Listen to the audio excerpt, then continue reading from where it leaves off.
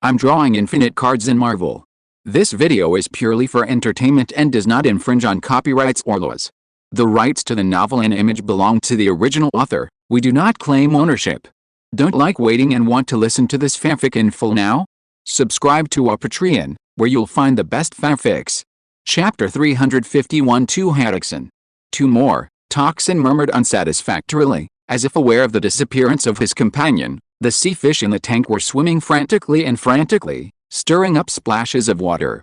Don't eat it, save some for dinner. I don't want to go out and wander around with this troublesome task. Eddie sighed softly. Bringing a baby is a trouble in itself, let alone the young Master Caesar of the Carl family. After he left the Emgren building, he thought about it carefully, and always felt that this tricky task was too weird.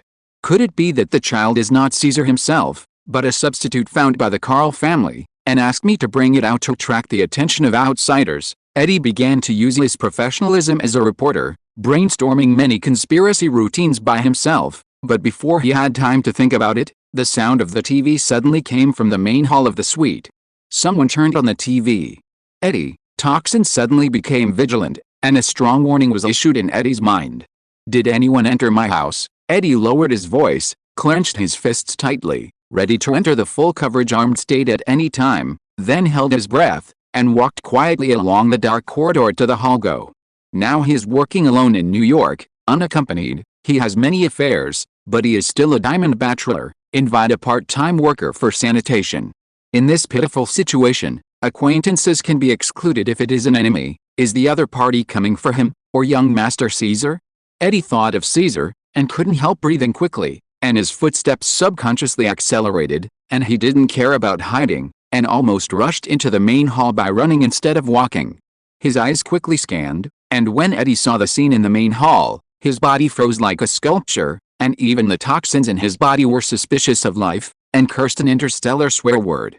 In the fairly clean and tidy main hall, the curtains were kept lowered to cover up, and the large screen TV against the wall was turning on, and the channel was playing historical war documentaries that switched back and forth in color and black and white. Under the narrators of the new century and the passionate battle songs of the old age, from time to time there are precious video footage of a shield-holding captain in tight stripes and a blonde young man in a black suit with a long sword charging forward, enemy bullets and grenade shells surrounding the two frantically bombarding the edge. The macroscopic and tragic war scene makes people worry and blood boil. On the sofa facing the TV, Caesar, who is less than 1 year old, is sitting in the center, his big eyes reflecting the colorful light of the screen. He is lying on the back of the sofa with his legs crossed, holding a large bag of potato chips were opened, and the small hands took out pieces of potato chips and kept sending them to his mouth.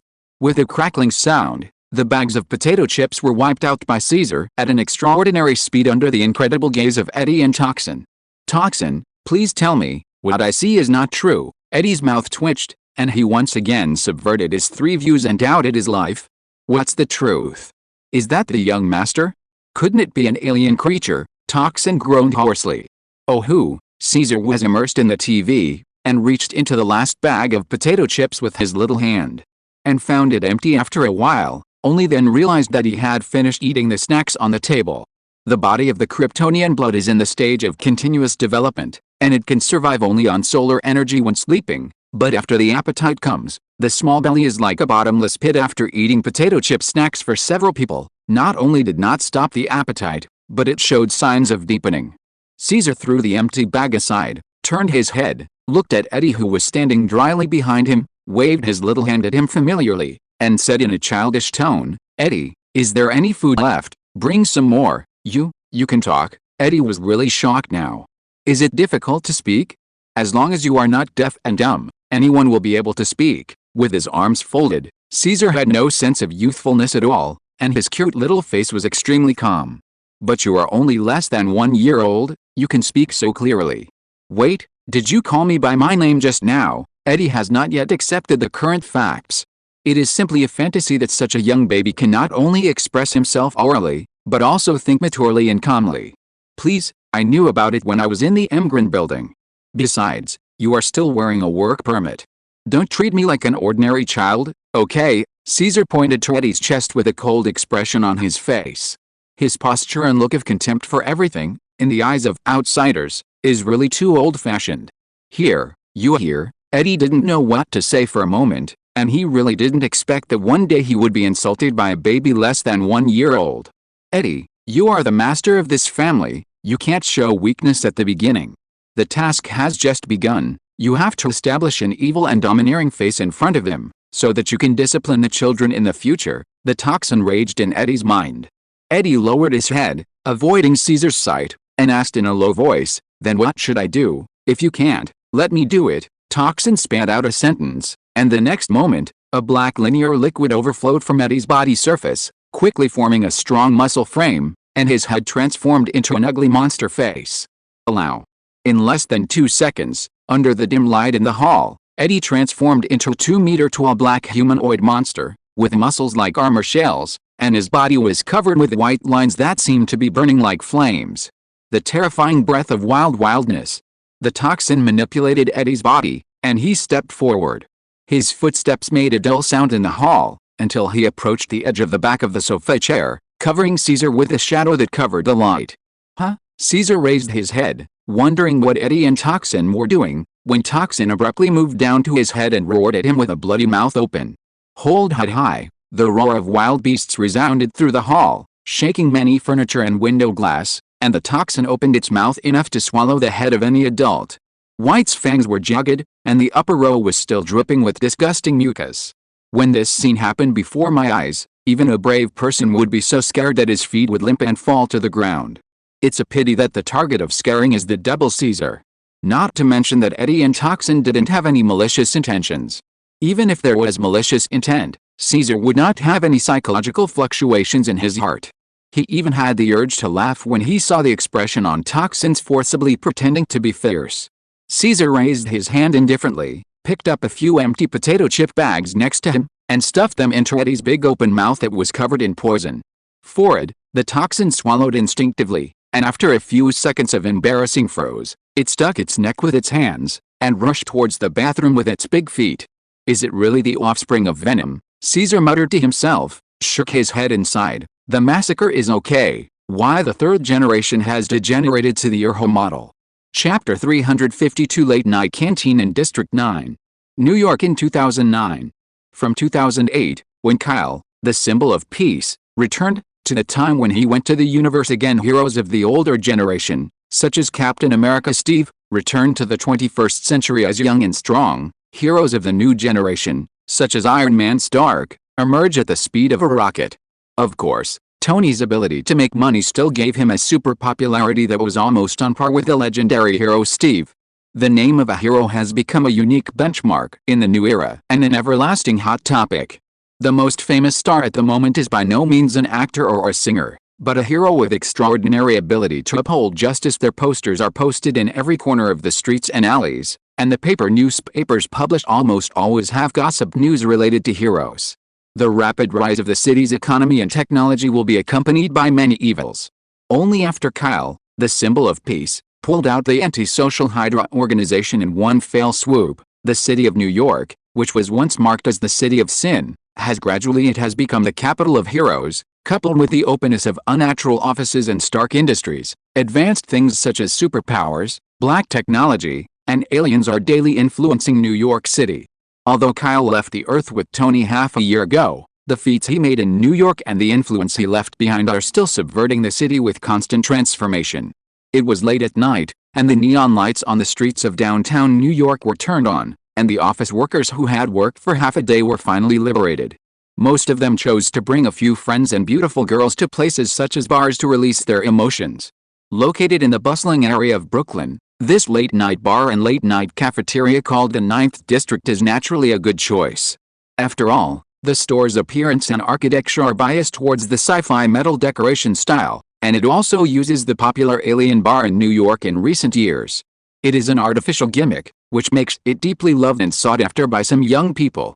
No, it's already 10 o'clock in the middle of the night, and there are still a lot of guests coming to the 9th District for dinner. It's just that tonight, two different customers came to the late-night cafeteria in the 9th District. Eddie was wearing a jacket, with his hands in the pockets of his jeans, a burning cigarette in his mouth, and circles of white smoke from the corners of his mouth. After half a year of work experience in the unnatural office, he was covered with blood. full of cold and bad temperament, a standard appearance of street gangsters and unscrupulous youths. What is eye-catching is that on his strong left shoulder, Caesar, wearing a hooded children's outfit, sits on it, holding a lollipop in his mouth, and his bare feet hang down on Eddie's chest, full of freshness. Look around with big eyes. "Hi sir, welcome to the 9th District for dinner. Is it 1 or 2? When the female receptionist at the door was talking, her eyes fell on Caesar and she couldn't take her eyes off. For her, the child in front of her was so perfect, and the pink and fair facial features seemed to be finely crafted. Like an angel without any impurities and unpolluted by the world. On the contrary, Eddie, who seems to be the guardian, is full of anger, which is a huge difference. Poor child." The female receptionist sighed slightly, glanced at Eddie with disgust, and then looked at Caesar with pity. Eddie had no choice but to answer, knowing that he had been buried by others unintentionally. It was obvious that the victim was him, a good citizen, and Caesar, who seemed harmless to humans and animals on his shoulders, was the devil. Thinking of the bag of potato chips he swallowed just now, Eddie's face turned blue again. He was in the bathroom, and he didn't know how long he took it out with his hands before he finally took it all out. Under the guidance of the female receptionist all the way, Eddie took Caesar, and deliberately chose a corner location with dim lighting. There were a dozen other tables of guests sitting in the dining area, and the chatter was as lively as it was late at night. When ordering, the waiter who came to receive was also surprised, because Eddie handed the menu to Caesar, who was sitting next to him and was not even at the height of the table. Caesar was not polite. He took the menu album with both hands, held it in his arms, and ordered the dishes solemnly. After ordering enough dishes for 5 people, Caesar closed the menu. Eddie asked the waiter to leave, and smiled at Caesar in a relaxed tone. "Young master, it's a good thing you stopped ordering for 5 people, otherwise it will scare the people in this store." "Really?" Caesar scratched his hair and said bluntly, "That was just the first round. I thought the table wasn't big enough, so I could only put food for 5 people." Eddie, a black line of liquid gushed out of his arm under the table, condensed into a small black monster head. Toxin licked his mouth with a long scarlet tongue, and hoarsely said happily, "I also ordered my favorite sashimi. Thank you, young master. Fuck with me, I will eat meat, and I will drink your soup." Caesar nodded, stretched out his small hand, and took the initiative to stroke the head of Toxin. Toxin squinted and showed an unprecedented gentle expression. Eddie almost didn't hold back his breath, and said to the Toxin in a voice that only he could hear, "This meal is spent on my money. Also, you asked me to express my attitude just now. Why did you give it to me so quickly?" "I betrayed." The Toxin melted back into Eddie's body, and he replied, "I don't know what's going on, but I feel more and more that the young master has an inexplicable intimacy and attraction. Do you want to change the host?" Eddie asked angrily. "Don't dare." Toxin Way's words were very brief, but Eddie still understood what it meant. This dare not be aimed at Caesar's young master status. Leaving aside the Kyle behind Caesar, Yutong alone is enough to make Toxin shrink back in fear. Not to mention, Toxin's life experience has a great relationship with Kyle. After serving, most of the meaty dishes are hot and fragrant. With Eddie sitting outside the seat to let the wind out, Caesar simply sat on the table next to the wall, quickly grabbed the fried chicken legs with his bare hands, approached the small open mouth, and bit the meat with big mouthfuls. Eddie stared at Caesar dumbfounded, until Caesar finished the food for 1 person. His stomach didn't bulge at all, and he poked his little hand towards the second person's portion. "Young master, how can you eat so well?" Eddie swallowed his saliva and looked around. Fortunately, the light was dim, and the diners at other tables didn't notice the scene here. Otherwise they might be scared and call the police. "Now is the time for me to grow up." Caesar snorted coldly and continued to eat. The meat entered his mouth, and his extraordinary taste buds could enjoy the taste perfectly. He even calculated and fed back the salt ratio, vitamin content, etc. in his mind. Caesar can still clearly feel that his body is like a huge stove. The food he eats does not leave any residues and impurities, and it is transformed into various nutrients in a few seconds, which is constantly being satisfied by the body cells are completely absorbed. "You don't necessarily have to eat so much for a long body," Eddie murmured in a low voice, still covering for Caesar, pretending to be a meal as an illusion that he solved it by himself. While eating, Caesar quietly practiced releasing his extraordinary 5 senses. Even if it was only the corner of his eyes, he could fully capture the dimly lit huge restaurant. The shimmer of light manifests in the fundus of the eye. In addition, in the entire building space, The voices of the guests talking on the adjacent table, as small as the electric current of the kitchen ignition, no matter how big or small, they all converged into a group and poured into the eardrum. The world seemed to be turned upside down in an instant. Chapter 353 Son of God, Predict the Future? It's a wonderful feeling.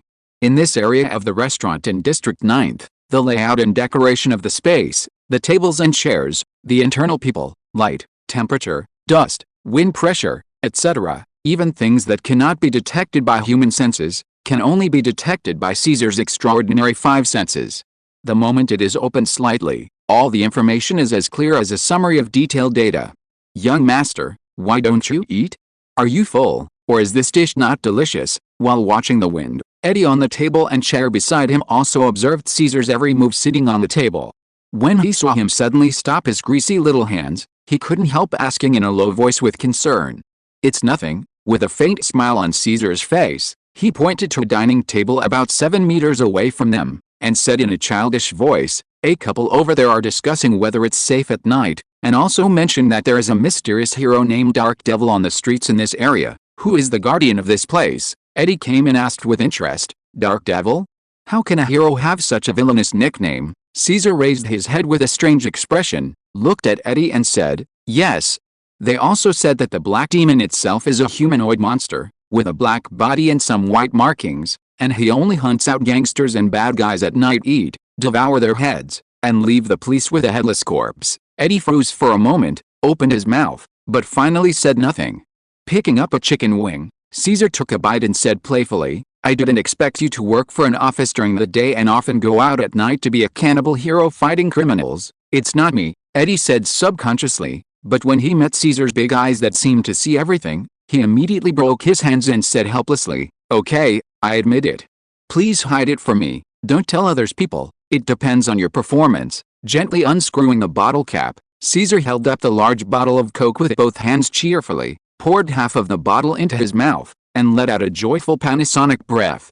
Eddie was a little timid. The Caesar in front of him looked less and less like a child, but a mature old slipper, as if he had been eaten to death from the very beginning. By the way, Eddie looked at the dining table that Caesar pointed to just now in surprise.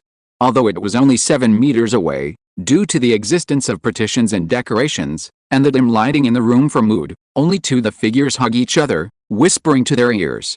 For the weak conversation, in a relatively noisy restaurant, it is impossible to hear what they are saying. Eddie was puzzled, looked sideways at Caesar and asked, "How did you hear them talking?" "You can't guess it." Caesar took out a tissue, wiped the oil on his hands, and said confidently, "It's very simple, just good hearing." Eddie didn't speak. His face with blue stubble was full of disbelief. "Look over there." Seeing that he didn't believe him, Caesar raised his little finger outwards, gestured towards the table for one person 10 meters away, and said confidently, "There is a middle-aged man over there. His wife and children ran away with others. Is it so strong?" At this time, even the toxin in Eddie's body was dubious, and it naturally had hearing far beyond human beings. But it was still impossible to hear subtle sounds in noisy places. "You'll know if you try it," Eddie muttered, picked up Caesar in his left hand, picked up a glass of beer in his right hand, and got up. Meteor walked across the aisle to the single table. "Why did you bring me?" Caesar was speechless for a while. Eddie approached the single table, and sure enough, there was a middle-aged bald uncle sitting on the seat, drinking beer with his head down sullenly, whispering such things as loan, luck, wife, etc. vocabulary. In order to avoid igniting the fuse of the green hat uncle's anger, Eddie led Caesar back to the corner seat tactfully. Caesar looked at him calmly. "Believe it now. How did you do it? Did you inherit the mind ability of your boss?" Eddie was completely convinced, and looked at Caesar curiously. "This ability is not so much superhuman hearing, but more appropriate for the ability to read minds. I've said it all. You can do it with better hearing." Caesar sighed lightly, glanced outside, and suddenly came up with an idea. "Not only that, you can do more things with good hearing." "Huh?" Eddie looked at Caesar again. The young master had shocked him enough today. For example, Caesar cast his eyes on the restaurant area, and quickly found the target's confidence and said, "The second table next door over there, a water glass will be broken." Eddie quickly looked over and saw that 2 men and 2 women were eating at the dining table. The whole process was talking and laughing. When a girl was excited, she waved her arm slightly, and her elbow just gave the water glass on the edge of the table. Hit. With a bang, the glass filled with water shattered to the ground, which surprised the diners around, and the waiter hurried over to help clean up the broken glass. There was a time difference of 2 or 3 seconds between when Caesar made the prophecy and when the cup fell to the ground and broke. Eddie looked at Caesar dry-mouthed. "Young master, how did you do this? Don't tell me that you heard it." "Almost. But this time I used my eyes and scientific algorithms," Caesar smiled. "To achieve this seemingly predictable ability, all you need is superhuman hearing, vision, consciousness operation, and a set of qualified scientific algorithms. It's like an airplane flying at an altitude of, meters with a damaged oil tank. If you monitor the local climate and wind direction, the strength of the aircraft engine, the speed of oil loss, the rescue time of the refueling fighter plane in real time, and you are familiar with the emergency judgment of the pilot and the central command, etc. factors, as long as there are no other accidents, you can figure out in advance what kind of ending the plane will face, and even where it will crash. As long as Caesar wants to know, through his newly awakened eyes and ears, he can get information about everything in the restaurant area. Time in his perception is much slower than that observed by humans.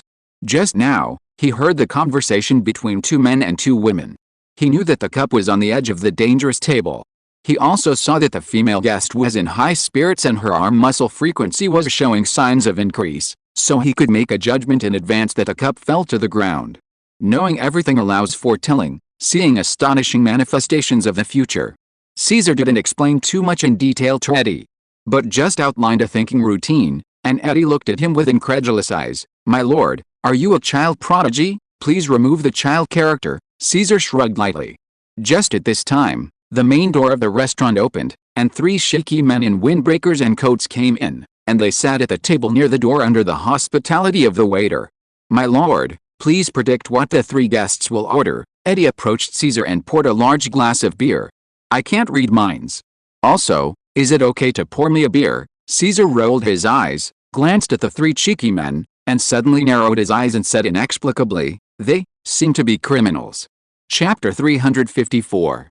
Criminal. Eddie opened his eyes wide in surprise, carefully looked at the 3 cheeky men, and noticed that they hadn't looked over, then said in a low voice, "Young master, is what you said true? Could it be fake?" Caesar seemed to be slightly dissatisfied with Eddie's trust, opened his small mouth, and stuffed half a chicken leg into his mouth, puffing up his cheeks like balloons, vaguely opening explanation. "They all have guns and small knives at their waists. Although they are covered by their coats, I can't mistake the slightly bulging shape of their waists when they walk in. In addition, after entering the restaurant, their eyes are all quietly glanced in the direction of the cashier and the camera, with a faint smell of blood on his body, probably a repeat offender who had killed someone and kept a record." Eddie nodded silently. When Caesar was halfway through speaking, he basically believed the judgment of the above, but his face was still calm and indifferent. He raised a glass full of beer to taste carefully, and only looked at the 3 suspected criminals out of the corner of his eyes. "People. Dark devil, won't you come out tonight?" Caesar opened his cute big eyes and squinted at Eddie with a half smile on his innocent face. Eddie breathed lightly, and said nonchalantly, "Fortunately, they still have to protect you. Try not to cause unnecessary trouble, you have too many worries. With the status of a temporary worker protected by the Carl family, you will kill a few criminals." Caesar continued to drink Coke without interest, didn't even hiccup, only tasted the stimulating feeling. His eyes curved into crescent moons with pleasure, and the soda was completely digested and transformed into bioenergy as soon as he poured it into his stomach. Even Eddie, who was used to murder and arson missions, could not help feeling a little terrified when he saw a baby talk about murder in a calm manner, and complained in a low voice, "Please, young master, don't talk about killing like crushing ants, it's so scary, isn't it? Although she looks like an angel, she is young and pure, but she is a little ghost, with evil thoughts like hell demons. Isn't it?" Caesar snorted softly, his small face was cold and unhuman. Compared with the body's genetically deified body, his avatar possessed enough humanity. "Okay, hurry up and go back after eating." Eddie's urging returned to urging, and Caesar still enjoyed the food slowly. Only then did he realize that his body was not hungry before, but he just wanted to taste pure energy such as darkness and the sun, other than the pure energy of the earth. Nutrients and energy provided by impurity-like foods. After half an hour, it was already 11 o'clock in the middle of the night, and half of the customers in the restaurant had left. leaving only 3 or 4 tables of guests including Eddie who hadn't left yet. At the dining table near the door, 3 cheeky men sat shoulder to shoulder and drank vodka like water, but after a while their necks and faces were flushed, and they were talking drunkenly about north, south, east, and west. Third brother, today is the day you come out. You really won't be drunk tonight, the slightly tall and strong man with cheeks laughed and patted the shoulder of the skinny man next to him. Driven by alcohol, the third child's nature was like the darkness of the night, and he replied fiercely, "Yes. It's been 5 years since I went in. And the world outside has changed so much. I really suffered a lot. I will get all the fun I have enjoyed after I come out. It's not the second child, I'm talking about you. With our 2 brothers covering you, you can do whatever you want without any restraint." The slightly shorter, cheeky man put down his wine glass, winked, and his brown beard bristled when he smiled, making him look like a rat in a ditch. The 3 of them were obviously not 3 good citizens. Under the paralysis of alcohol, they gradually revealed their true nature. The topics openly changed to women and smuggling, and they turned a blind eye to the rest of the guests who were still dining around. Among the 2 guests sitting next to each other, the female Annie frowned slightly uneasy, and whispered a few words to the male colleague seated at the same seat. The male colleague was obviously Annie's admirer, and it was rare to give the most beautiful female colleague among the newcomers to the company. Naturally, I was a little unwilling to make an appointment, but the 3 big men at the next table really disturbed the atmosphere too much. "Then pay the bill, let's make an appointment next time," the male colleague nodded helplessly, and Annie hurriedly picked up the fashionable handbag, trying to avoid the cheeky man at the next table, kicking on her high heels and running towards the door past. Oops, when passing by the next table, Annie staggered in surprise, but it was the second child at the next table who put her foot on the aisle and accidentally tripped her. "Woman, what happened?" The second child's feet were also stepped on by the high heels, and he stood up in pain, and turned to Anne with those dark eyes viciously. Luckily, Annie didn't fall directly to the ground. She held on to the corner of the table to stand firm, bowed her head and apologized quickly and sincerely. "Oh," the second child groaned strangely, staring at Annie blankly. "Annie is an intern who graduated from a local university not long ago. She is full of youthful vigor. She has blonde hair, blue eyes and fair skin. She wears a formal office uniform and black silk high-heeled shoes. In the dim light, it has a seductive charm. Especially after alcohol stimulation, this unique allure to males increases greatly." Not only the second child, but the other 2 cheeky men's gazes fell on Annie, and they couldn't leave their gazes. They could only feel a ball of evil fire rising up from their bodies. "This girl is too upright," the third child licked his lips and said. His eyes wandered over the curve of Annie's body. His eyes were emitting a faint green light. "He has been picking up soap in prison for 5 years. How can he resist Annie's kindly beautiful young girl?" Seeing the 3 of them looking at her with beast-like eyes, Annie's delicate and flowery face was a little pale, and she couldn't help stepping back. "It's okay, I'll go first." "Don't," the boss said, grabbing Annie's wrist with his big hand, showing a row of black and yellow teeth, and said, "You trampled on our second. You should make a good apology." "That's right." The other 2 had evil thoughts and booed in agreement. "You guys." Annie's face turned completely pale, and she cast a look of help at the male colleague behind. The male colleague, who was wearing a suit and leather shoes, bit his lip and hesitated for a while, but seeing Annie's helpless and weak eyes, thinking that this was a great opportunity to gain a good impression, he stepped forward bravely and shouted, "Please let go." Boom. With a high-pitched gunshot, the male colleague suddenly stopped his steps and words, stretched out his hand to touch his left chest, looked down and saw that his palm was stained with warm blood, and fell back on the ground with his eyes darkened. Annie's beautiful eyes widened in horror, and she looked at the male colleague who was still eating supper one moment and turned into a cold corpse the next second, full of disbelief. The third child withdrew his hand holding the pistol, brought a muzzle close to his mouth, and gently blew away the remaining gunpowder smoke. After half a second of silence in the restaurant, the screams from the guests resounded throughout the restaurant, and both the waiters and the customers wanted to escape to the door. Boom.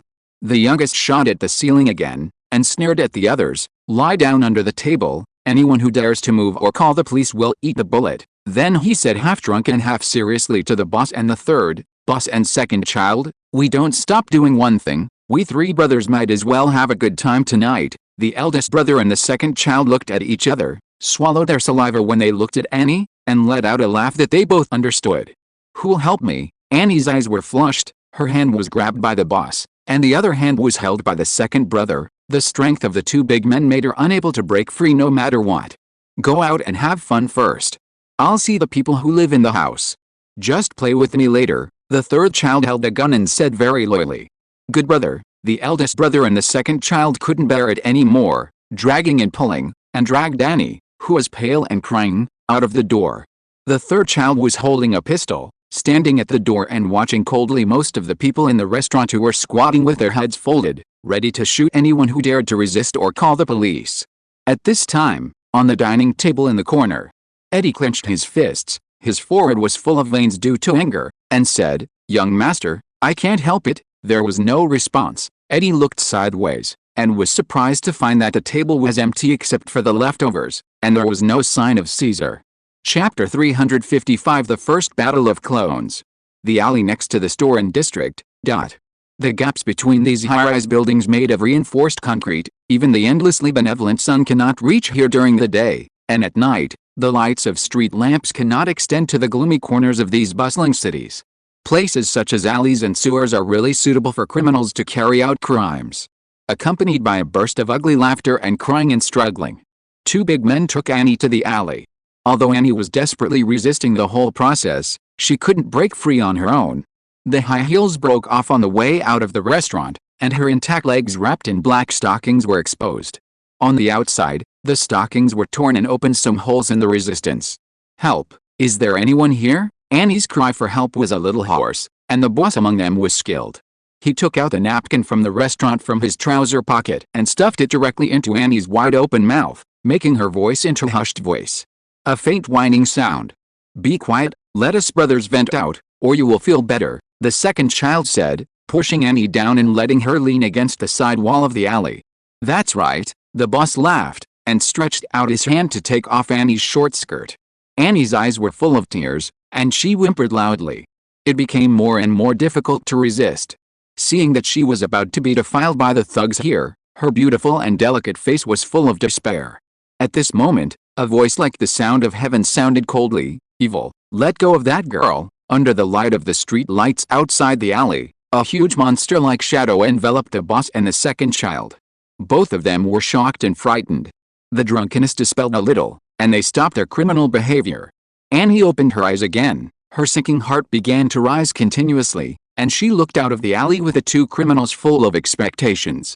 The next moment, all three of them were stunned.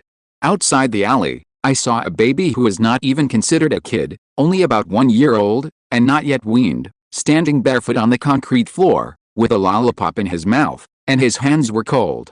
A trouser pocket with cute children's clothes. Previously, due to the angle of the street lights, Caesar's shadow was constantly elongated and enlarged, making him look tall and majestic like a monster. "Boss, is it an illusion?" "No, it shouldn't be. It turned out to be a little hero." "Yeah, no wonder there's such a milky smell." "Ha ha ha." Seeing that he was just a child, the boss and the second child had no vigilance at all, and they laughed and laughed a few words. At this moment, Annie's heart sank into endless despair again. This time, it was fine. Not only did she suffer, but a child was also involved. "Hey, little one, were you talking just now?" The second child stood up with a smirk, and took off his coat and top, revealing his thin chest with various ugly scars, and gestured to his big arms that were still made of steel.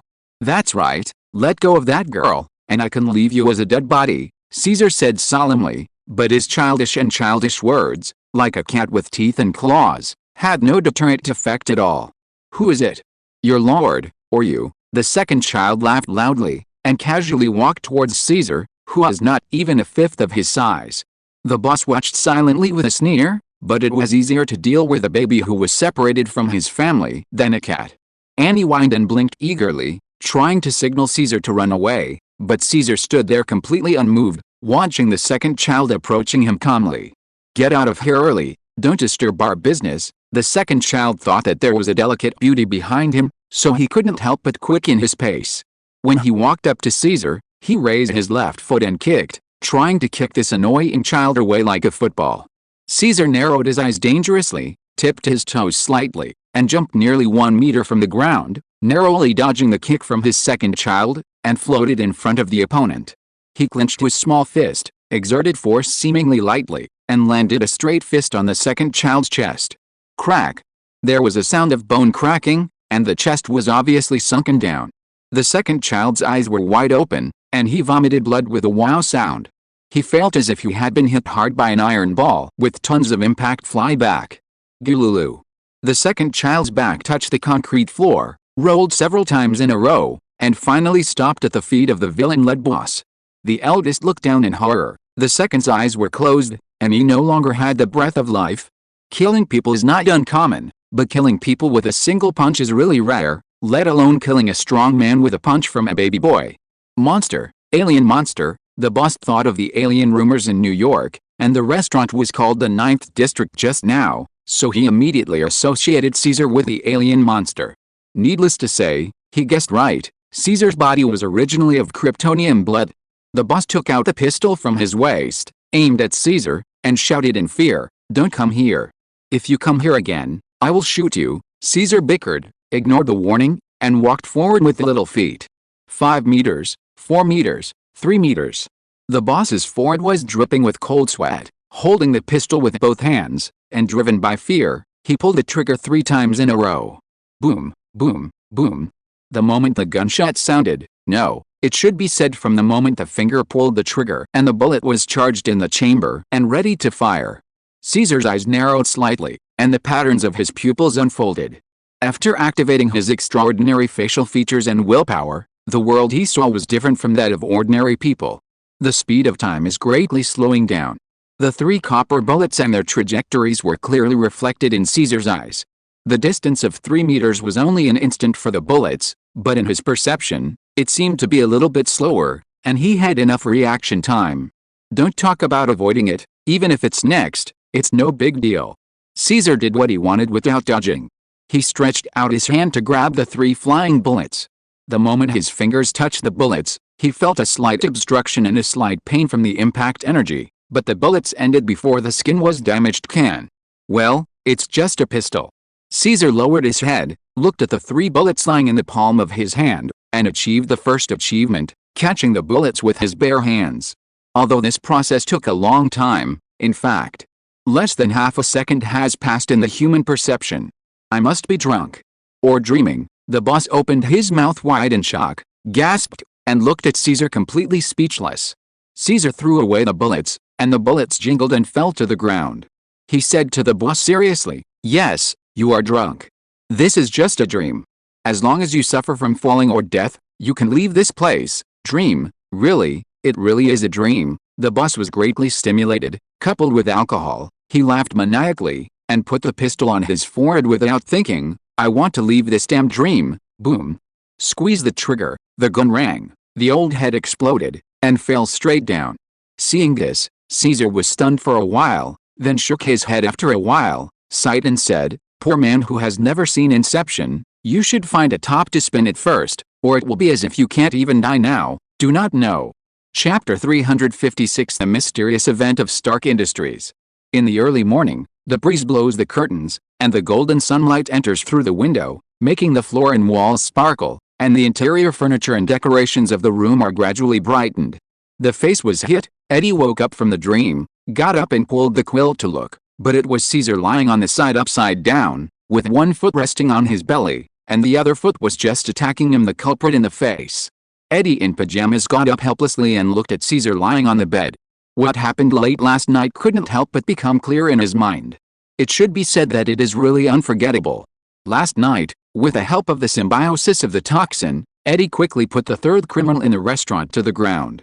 Concerned about Caesar's safety and the fact that some female citizens were being violated, he rushed out the door in a hurry. The result was obvious. When Eddie arrived at the alley, the cold corpses of 2 criminals were already lying there. Caesar took off the boss's coat without hesitation, and gentlemanly covered Annie, who was in torn clothes, on the ground. That was also the first time Eddie knew that the young Master Caesar was far from being as fragile as he seemed. On the contrary, the power contained in his young body was simply immeasurable. Eddie wanted to show off in front of Anne, but the police car whistled sharply on the street, so he could only pick up Caesar and leave the scene in a hurry to avoid trouble. Eddie changed his clothes, washed up, and ate some fresh fish for breakfast. After being satisfied with the symbiotic toxins in his body, he yawned and returned to the room. "Young master, what are you?" As soon as he entered the door, Eddie saw Caesar sitting on the edge of the bed. Beams of sunlight poured in from the window were refracted in the air, and finally gathered on Caesar in a slightly glaring manner. "Haven't you seen anyone having breakfast?" Caesar shrugged, and glanced at him angrily. The light gathered on his body quickly dissipated, and the room quickly returned to its original state. The corner of Eddie's mouth twitched slightly. "It's not surprising to have breakfast, but it's the first time I've seen solar energy for breakfast." Less than a day after contacting the young master Caesar, some of his concepts are constantly being refreshed to new heights. "Let's go out for breakfast then." Caesar stood up and stretched lazily.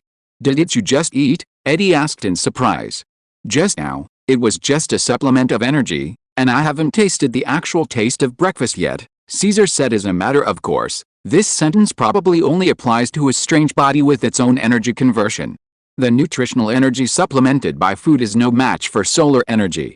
When absorbing natural pure energy, Caesar does not feel like eating at all, which is a waste of such a good extraordinary taste bud.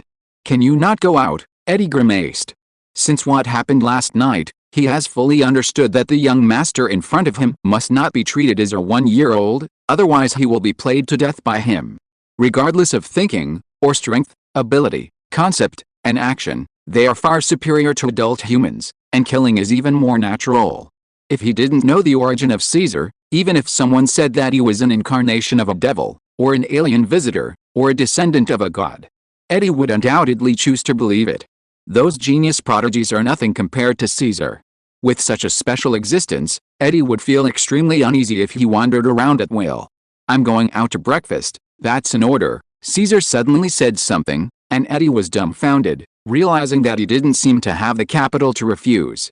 "I almost forgot, but he is a temporary worker who sells himself. No matter how he looks at it, he cannot resist the orders of the heir of the unnatural firm." It turned out that it was false to help the boss look after the young master, but it was true to be instigated by the young master himself. Eddie woke up like a dream, but it was too late, so he could only agree to take Caesar out with his shoulders as a car.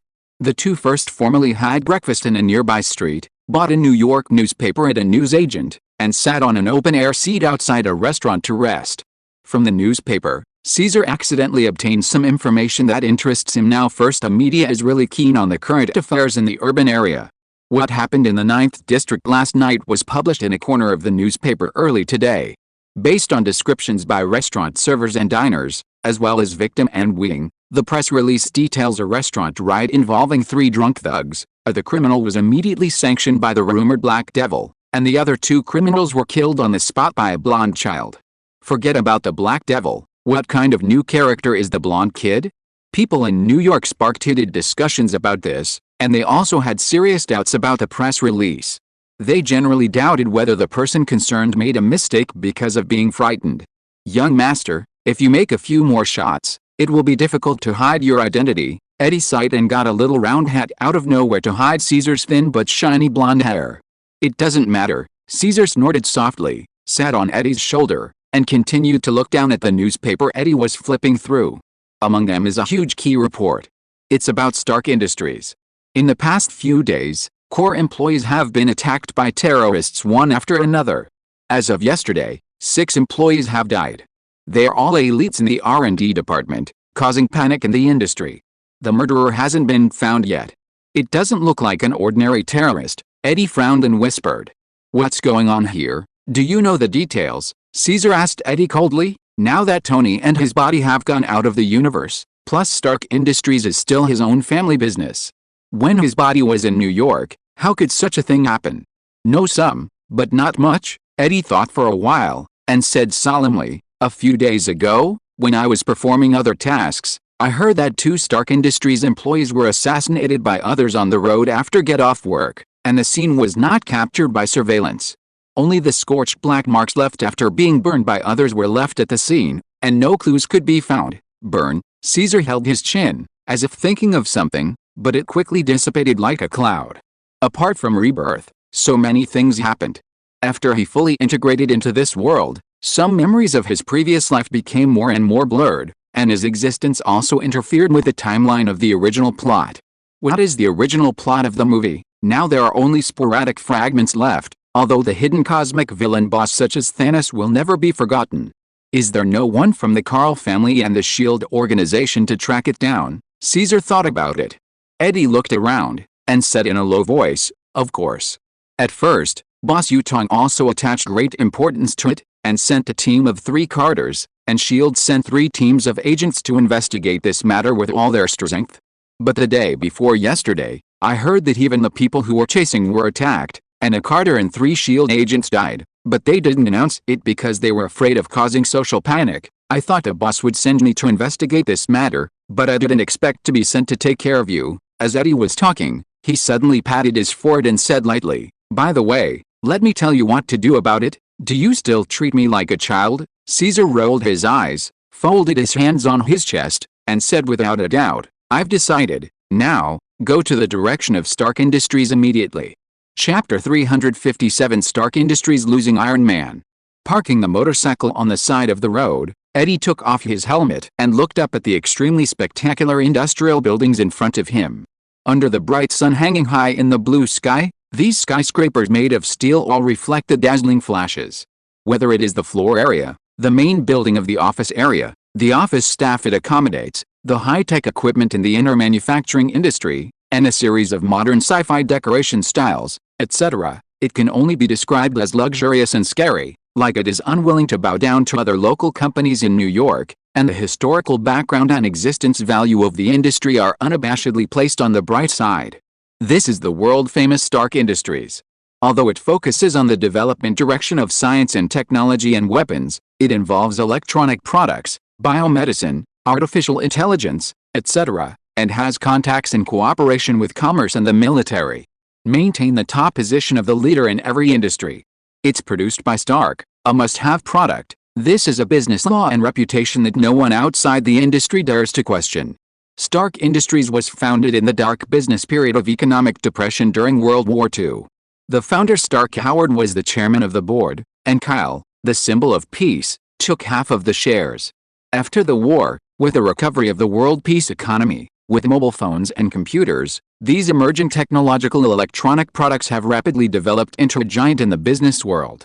Later, Howard left the Earth and disappeared mysteriously, and this burden fell on Stark Tony, who was only 20 years old. Many people originally thought that Stark Industries, which lost the double protection of Howard and Kyle, would fall from the altar. But who knows that Stark Tony is better than Blue because he is better than Blue. Although his private life is unsightly, he is arrogant, but Tony's extraordinary intelligence and mind, coupled with his hands that are capable of manipulating hands, not only stabilized the history. The number 1 position in the business world of Stark Industries has also led Stark Industries to create mythical histories one after another, and has never given up the throne of the world's top, for decades.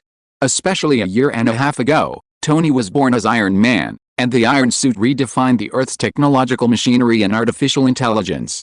At first, the government, the military and private high-tech companies tried everything possible to get Tony to hand over the manufacturing technology of the steel suit, but due to Tony's tough temper and the existence of his godfather Kyle, no one dared to force Tony.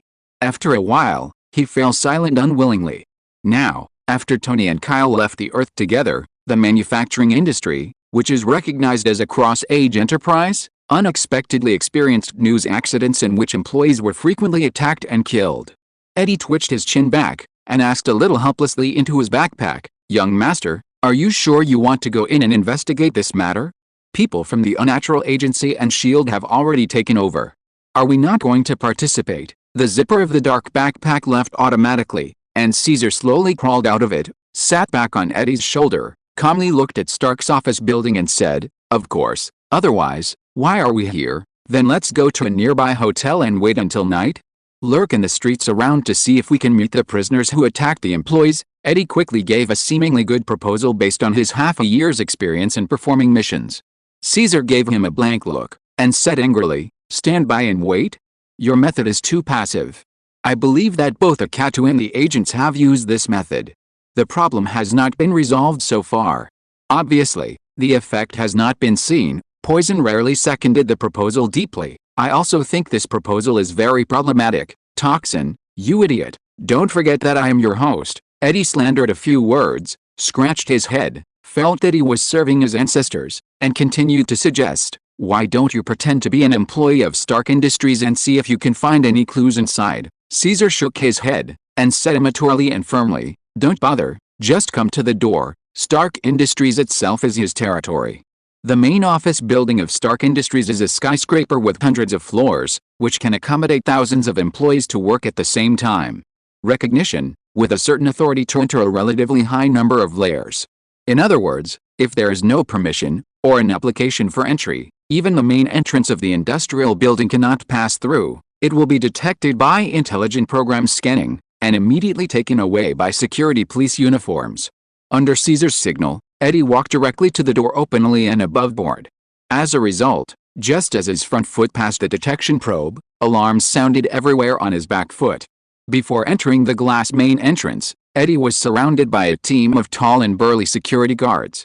Due to the raids that occurred in the past few days, the security measures of Stark Industries have been strengthened by more than 3 times, and the security guards are extra vigilant and careful about people entering and leaving, let alone a guy like Eddie who looks like a villain. "What should we do now, young master?" Facing the siege of the security guards, Eddie spread his hands helplessly. Caesar was a little speechless about this. He really didn't expect that Eddie didn't even have the minimum authority to enter Stark Industries. You must know that even a random Carter in the family can freely enter and exit any area of Stark Industries except the energy core and steel coat manufacturing. "Sir, have you gone to the wrong place?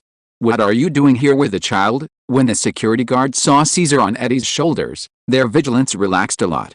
At least even the raiders would not take their children out to commit crimes. Eddie was also a little embarrassed, hesitatingly said, "Well, I have a friend who works here, and he said that he can come over to visit the inner environment of Stark Industries when he is free. Today is just free, so he came to visit." "What's your friend's name?" "It's an extraordinary period recently. Except for the internal staff, no one is allowed to enter or leave the building." A security guard picked up the communicator and waited for Eddie's answer. If there was anything wrong, he would immediately dial the alarm button. "My friend's name is..." Eddie had a bitter face. He didn't have any friends, he just said it casually, but he pushed himself into a difficult situation. "Ah, it's you guys." At this moment, a female exclamation sounded from behind, causing Eddie to follow the source of the sound, and saw a beautiful girl in a professional skirt, with blonde hair and a capable shawl, with blue eyes, inexplicably familiar feeling. Caesar recognized it immediately. It was the woman who was rescued from the drunken criminal last night. "Miss Annie, do you know this gentleman?" the security guard said. "Of course I do." Anne smiled cheerfully, trotted forward to Eddie, and opened her hands to both sides, as if ready to hug. Just when Eddie instinctively opened his hands, accompanied by a burst of fragrance, Annie hugged the Caesar on his shoulders, rubbing her delicate face and slightly sized chest hard. If you're listening to this novel on a channel other than Fanfic World, it means they downloaded and uploaded it without effort. We cordially invite you to visit our channel, Mundo Fanfic Novelis. There you'll find the original version of this story, and you can explore many other novels of various genres. We're waiting for you to immerse yourself in a world of incredible novels. Chapter 358. Stark Industries, outside the main office building. Seeing Annie hugging Caesar intimately, Eddie and the security guards were taken aback for a moment, and looked at Caesar with envy, and the towering chest that was deformed due to the friction, wishing to switch with Caesar a little click on the location. Caesar, on the other hand, felt himself engulfed in the girl's soft embrace, and his mouth and nose were covered by 2 balls of warm and fragrant cotton, because he recognized Anne and felt no hostility from her, and he was worried that his improper control would make him. Annie was blown away casually, so she didn't show her intention to resist and struggle. His small face maintained a calm and aloof arrogance that didn't match his age, allowing the other party to take advantage of him. After a while, Annie reluctantly put Caesar back on Eddie's shoulder. Her beautiful blue eyes were still staring at him, and when she suddenly met the little benefactor who saved her life last night, Annie was so excited that she carried herself away yesterday after police transcripts and media interviews. Although Annie explained the experience clearly, both the police and media reporters remained skeptical of the 1-year-old child in the incident, and repeatedly asked Annie if she was misread it, or the spirit was hidden and had hallucinations.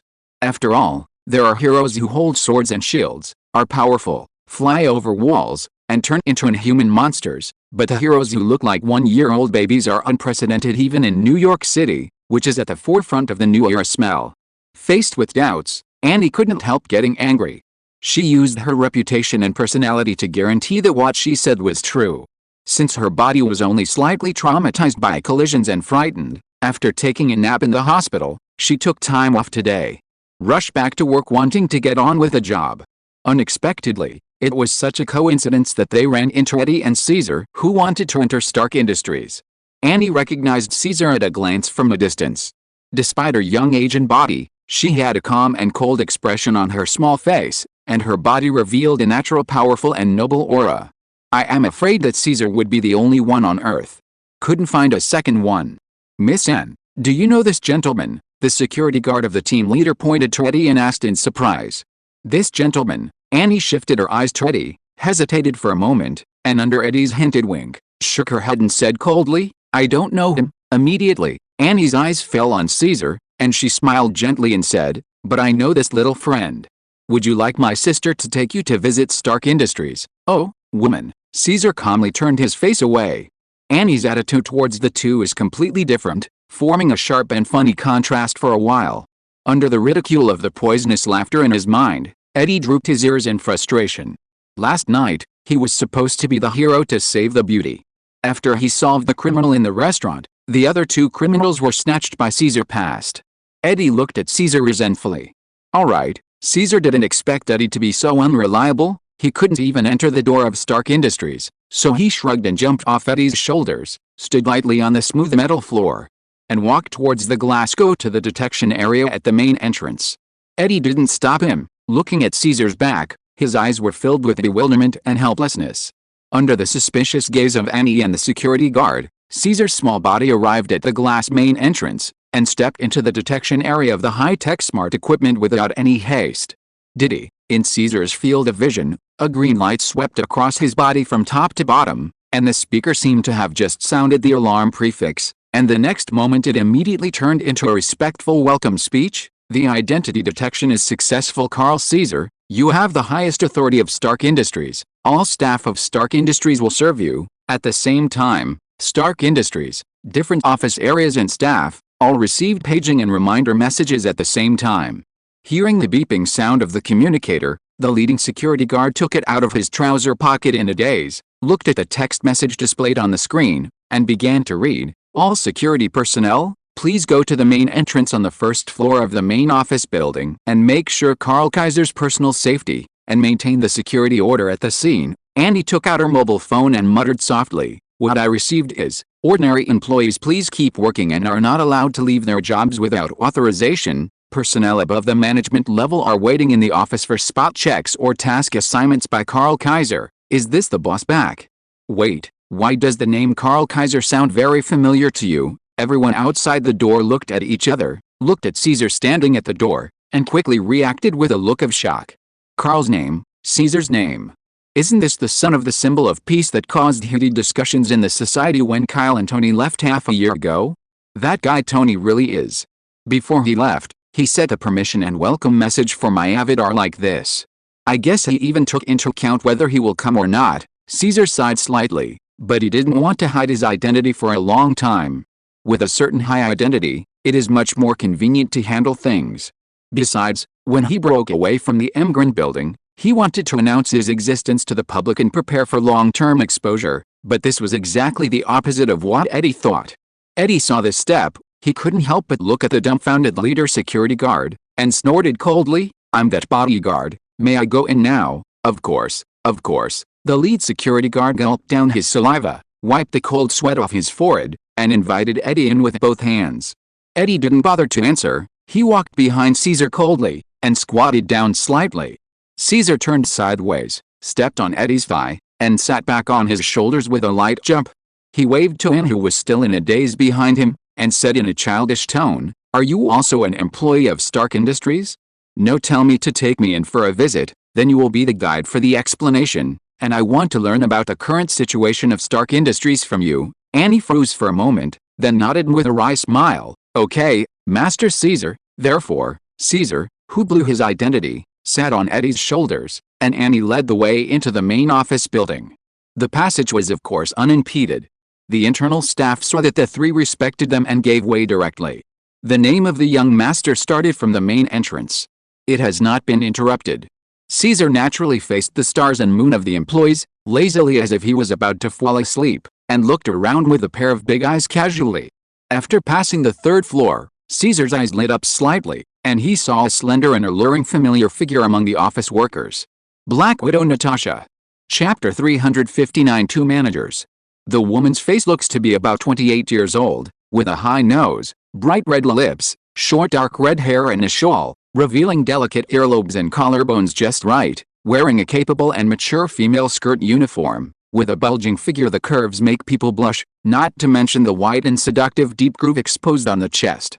She was catwalking in the corridor, and when she saw Caesar and his party, she gave this side a wink, and disappeared around the corner of the elevator with a shake of her hair. She is. Eddie touched his nose, always feeling that he had seen a woman somewhere, but he didn't remember it for a while. The toxins in the body that are normally active are now hibernating and silent. HMPH, you men like this. Annie, who was walking in front, snorted coldly. As a woman, she seemed to have no liking for this kind of sexy homosexuality, and she said slightly dissatisfied, she is not from our company, but just the legal secretary of the cooperative company. I guess there is some project to ask for. Let's discuss cooperation with the deputy manager. She often runs to our office building these 2 days. Caesar nodded thoughtfully. Although the woman had put on makeup and disguised just now, and she looked different from before, he recognized her identity the moment he saw it. Natasha the Black Widow after all. He was a talent he had poached from the Red Room organization, and later lent it to the SHIELD Bureau under the control of Fury in the name of the Carl family. Natasha herself is here, which proves that SHIELD has attached great importance to the recent situation in Stark Industries. Otherwise Natasha, who is half a hero, would not be sent over to investigate blatantly. Natasha is now the bridge between SHIELD and the Avengers, and with her third identity in the Carl family, the forces behind her are simply terrifying. Caesar's gaze didn't stay on Natasha for long, just a casual glance, let alone other people's suspicion. Even Natasha didn't know that her identity had been found out. Deputy manager, Caesar murmured softly. 9 out of 10 people who were targeted by Natasha will suffer, and 1 will suffer bad luck. Annie didn't dare to be negligent. She turned her head to look at Caesar, and then asked with a slight smile, Master is so young, he must not know the current situation of Stark Industries. Caesar nodded, without VC following him, the intelligence gathering work would not be as easy as the main body. Andy pondered where to start, thought for a while, and said earnestly, half a year ago, Stark Industries operated according to the instructions of Chairman Stark Tony, whether it is the general development direction of various industries, new products, etc. A series of corporate strategies are formulated by him alone. Speaking of Stark Tony, Annie's language is full of admiration and respect, and it is the same expression as ordinary people and soldiers talking about peace symbols. The corners of Caesar's mouth curled up slightly. Tony, like his father Howard, is a sort of dictator due to his genius conceit, and does not tolerate third-party opinions and meddling in the field of technology manufacturing. They are gods, always right, and leading the trend of the times. But in the past 6 months, Annie said here, a little hesitating, and kept looking around to see if there were other colleagues present. Eddie narrowed his eyes and asked, it's since Mr. Stark Tony left Stark Industries. That's right, Annie sighed softly, and said in a depressed mood, the departure of the chairman has caused Stark Industries to lose its backbone. There are many corporate giants in the same industry who are secretly swaying, and often unite to attack Stark in business. Luckily, Stark Industries has a profound background, which is far from being easily shaken by them, but without Mr. Stark, our industry will lose its offensive sword in the business world, and we can only erect shields to defend against others' attack. I'm afraid it's more than that. Since there are problems on the outside, isn't there any problem on the inside? Caesar blinked, took out a lollipop from his pocket, lifted the plastic wrap and put it in his mouth. Annie glanced at Caesar in surprise, not daring to treat him like a child. She nodded and replied, there were indeed some problems at the beginning, but fortunately there are 2 managers who share the burden and take charge of the overall situation. After going around in a circle, I went back to the Stark Industry manager just mentioned. Annie said, in the days when the chairman was away, the deputy manager was responsible for the design and development of new products of the industry, as well as the cooperation with related enterprises. At first, almost all employees of Stark Industries did not think that the deputy manager could replace she. Mr. Tucker Tony, but in half a year, it is because of the deputy manager that our industry can stabilize our position. She said it a little implicitly, but the meaning expressed in it was already obvious. That deputy manager, who could not be said to surpass Tony, could clean up the mess after Tony left technology manufacturing genius. Caesar bit the candy and reminded, Annie, you haven't introduced a deputy manager to us yet. Oh, really? Annie slapped her forehead, without extravagant admiration, and said seriously, the deputy manager is called Aldrich Killian. He is a Jew. He is an extremely smart biological scientist, but he does not have the eccentricity of a genius. They treat people and things very well. Aldrich Killian? Caesar was slightly stunned. The name made him feel inexplicably familiar nowadays. Only the heroes and villains who appeared in the original book can still leave some traces in his mind. Before thinking too much, Eddie, who was in charge of the car, asked curiously, what about the general manager? Don't you know the general manager? Annie gave Eddie a blank look. She had completely different attitudes towards Eddie and Caesar, and said with a slightly cold face, the general manager is the former Mr. Stark, Tony's private secretary, Pepper Potts, who is mainly responsible for industrial personnel and operations and other related work. I really know this one. Eddie opened his eyes wide. He knew that Miss Potts was the general manager. How could he not even be able to enter the industrial office building just now? The exchanges between Potts and Yutong, not to mention very frequent, are still frequent. Okay, it's decided. Caesar flicked his little finger, and the stick left after eating the candy flew a few meters, and accurately threw it into the trash can in the corridor. Young master, what's the matter? When Eddie heard this, he asked a little nervously. Caesar ignored him and said to Annie, Annie, take us to the office where the general manager is. As Caesar, it was natural to give the green light along the way, and under Annie's guidance, he went straight to the general manager's office. Potts had received a smart reminder message earlier, but due to work, she didn't rush downstairs in time, so after Caesar came to her office, she was so excited that she didn't have a dignified demeanor, and stepped forward in 3 steps at a time. He hugged Caesar, who hadn't spoken yet. Tony, it's not my fault. Caesar's small face was covered by his towering chest, so he held his breath and shouted helplessly in his heart. Chapter 360 Control the overall situation. In the general manager's office, Caesar was relieved after Potts rubbed his face and body intimately. He sat on the office chair in a serious manner, waved to Eddie and said, Eddie, you go outside the door first. Go. I have something to say to Miss Potts. Yes, young master. Eddie also simply turned around and walked towards the door of the office. Potts looked at Caesar in great surprise, and then at Eddie's back. She thought Eddie was just bringing Caesar for a stroll, but she didn't expect Caesar to hold the initiative. In fact, anyone who sees Caesar will intuitively judge that he is just a child. After all, he is too young. Even if he has mature thinking and concepts, few people will believe him. You are. Potts' beautiful eyes turned to Anne, who was still indoors. There are too many employees in Stark Industries. Even the office workers are counted in thousands. I really don't remember who worked in the same building. Junior staff. Annie was a little apprehensive, bowed respectfully and said, Hello, General Manager. I am a junior employee in the 3rd Operation Department who has been working for less than half a month, and my name is Anne Weing. Anne Weing, Potts suddenly said, I've seen this name. By the way, you and another employee were attacked by criminals at night yesterday. Yes. This is all thanks to Master Caesar. If he hadn't dealt with those thugs, I'm afraid I would have. Annie shuddered when she recalled last night, and looked at Caesar sitting on the chair with great gratitude. When Potts heard her words, he couldn't help but cover his slightly open mouth with his palm to hide his shock. After digesting the content of the message in silence for a few seconds, he told Anne and Eddie to wait outside the door together. Annie nodded hurriedly, stepped on her high heels and stepped out, closing the door of the general manager's office. By the way, only Potts and Caesar were left in the office, and they stared at each other for a long time. After a long silence, Potts sighed. When Godfather Kyle brought you to Tony's villa half a year ago, you didn't know how to play football. The size, and now they have grown so big. How big is this? Caesar twitched the corners of his mouth, raised his hands, and looked at his white and tender arms.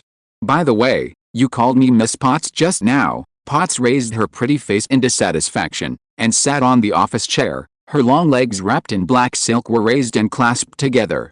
Caesar spread his hands. Then what should you call it? Potts suggested with a smile. I have a very good relationship with Yutong. as close as sisters. Why don't you call me and, no, Caesar resolutely objected. That's right, you're the godfather's child, so calling me that would be a disgrace to your seniority. Then call me Pepper. Potts is a little helpless. Kyle's seniority is too high, and it is estimated that no one can overwhelm Caesar. Okay, Caesar nodded. My little master, if you don't stay at home, well, how can you run outside? The urban area of New York is not as safe as it used to be. There was something in Potts' words, and her brows were slightly sad. Obviously, the negative news about Stark Industries and the attack on employees these days made her a little exhausted. Sure enough, do you still think I am a child? Caesar sighed slightly, and stood up from the chair without thinking too much. Under Potts' incredible gaze, ignoring gravity and the laws of physics, his small body floated up like a balloon. No matter how you organize the persuasion of words, it is better to prove it with substantive performance. Pepper, flying around the room, Caesar held the back of his head with his hands, lay reclining in the empty air, looked down at Potts in a suspended state and said seriously, if Stark Industries encounters any problems, you may as well tell me directly. Tony is not here. Industrial matters should be resolved by our Carl family. If it wasn't for his immature appearance and his childish accent, he should have been convincing enough at this time. Potts took a deep breath, looked up at Caesar in the air, and exclaimed, it should be said that it is your family. Longevity, superpowers, etc. are like natural inheritance to you. Caesar smiled. It should be our family. Won't you be one of us in the future? You? Potts blushed brightly, and said angrily, you're going to make fun of me. You don't have the decency and dignity of Godfather Kyle at all. Aren't I just Kyle? I just changed my body and identity. Caesar rolled his eyes. Unlike the main body, his current infant body can do whatever he wants without any image burden. However, after a brief exchange, Potts not only got closer to Caesar, but also completely put aside his age prejudice towards him, and regarded him as a mature height of his peers. Let's get back to the point then. Potts began to explain the recent situation of the industry to Caesar's, which was similar to what he learned from Eddie and Anne, and finally hesitantly threw out his own idea. Several missing employees are from the new product research and development department in charge of the deputy manager. You suspect there is something wrong with him. Caesar continued her meaning. Potts shook his hair. It's not just me. S.H.I.E.L.D. is also suspicious, but they haven't found any evidence. Caesar understood. That's why Natasha pretended to come in, and took the opportunity to approach the deputy manager, trying to find some evidence and clues from him. Potts sighed and said, Aldrich Killian is a gentleman. He does everything well, and he is a top scientist in the field of biology and weapon manufacturing. If it weren't for some recent situations, I really don't want to doubt him. Stark Industries, which lost Iron Man Tony, is not easy for ordinary people to take over. Don't worry, since I'm here, all problems will no longer be problems. Caesar smiled. The corners of his mouth were slightly hooked, and his childish face was full of confidence. What do you want to do? Potts asked expectantly, infected by his confidence. Caesar landed on the table and stretched out a finger. It's very simple. You just need to let the people from S.H.I.E.L.D. continue to monitor and check the deputy manager named Killian as usual, and it doesn't matter if you are discovered. And then, Potts blinked. Secondly, give me the location where the former employee was attacked. Caesar stretched out his second finger and said firmly, next, you just have to wait for news from me. He didn't stay in the general manager's office for long. After Caesar finished explaining the matter, he left Stark Industries with Eddie and rushed to a nearby street before it was dark. New York City, next to 958 Yankee Road. There are still some police cordons that have not been dismantled. The floor and walls of the alley are covered with burn marks, and the scorched silhouettes of several people can be vaguely seen. The scene is very horrifying under the bright red sunset. My lord, what are we doing here? The police, forensic examiner, S.H.I.E.L.D., and even members of the Carl family have all been here, but they haven't found any clues. Eddie scratched his head and asked Caesar on his shoulder in doubt. Caesar locked his eyes on the burning area where the employees were attacked, and the feeling of controlling the overall situation returned again. He responded angrily, what do you know? What I see is different from what you see. He can ignore the limitations of the human eye and directly see into the original essence of the world. Chapter 361 Clues and Traces. Caesar looked at the blocked burning side in front of him, patted the top of Eddie's head, and jumped down, but before the soles of his feet touched the scorched ground, he stopped at a low altitude under the control of some mysterious force. Young master, what are you? Eddie opened his eyes wide for unknown reasons. But after Caesar waved his hand, he could only stand still and watch. Caesar was suspended in the air 10 centimeters above the ground, as if he was stepping on an empty air floor, and walked to the very center of the burning site step by step.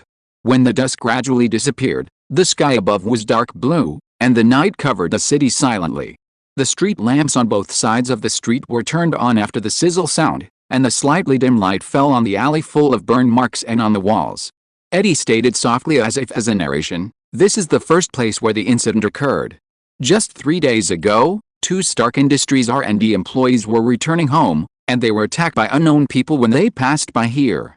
During the attack, the only public camera in the area was broken at the time, and someone called the police 10 minutes later, but when the police arrived at the scene, the area within 10 meters of the scene was scorched black as if it had been burned by a raging fire, and it was temporarily judged to have it was caused by the detonation of explosives with effects such as high explosive combustion, so that no evidence or clues could be found. You said that 2 employees were attacked, but why are there only 3 figures here?" Caesar's little finger pointed to the scorched black wall, where there were vaguely 3 human silhouettes, engraved on the wall as proof of the existence in front of him.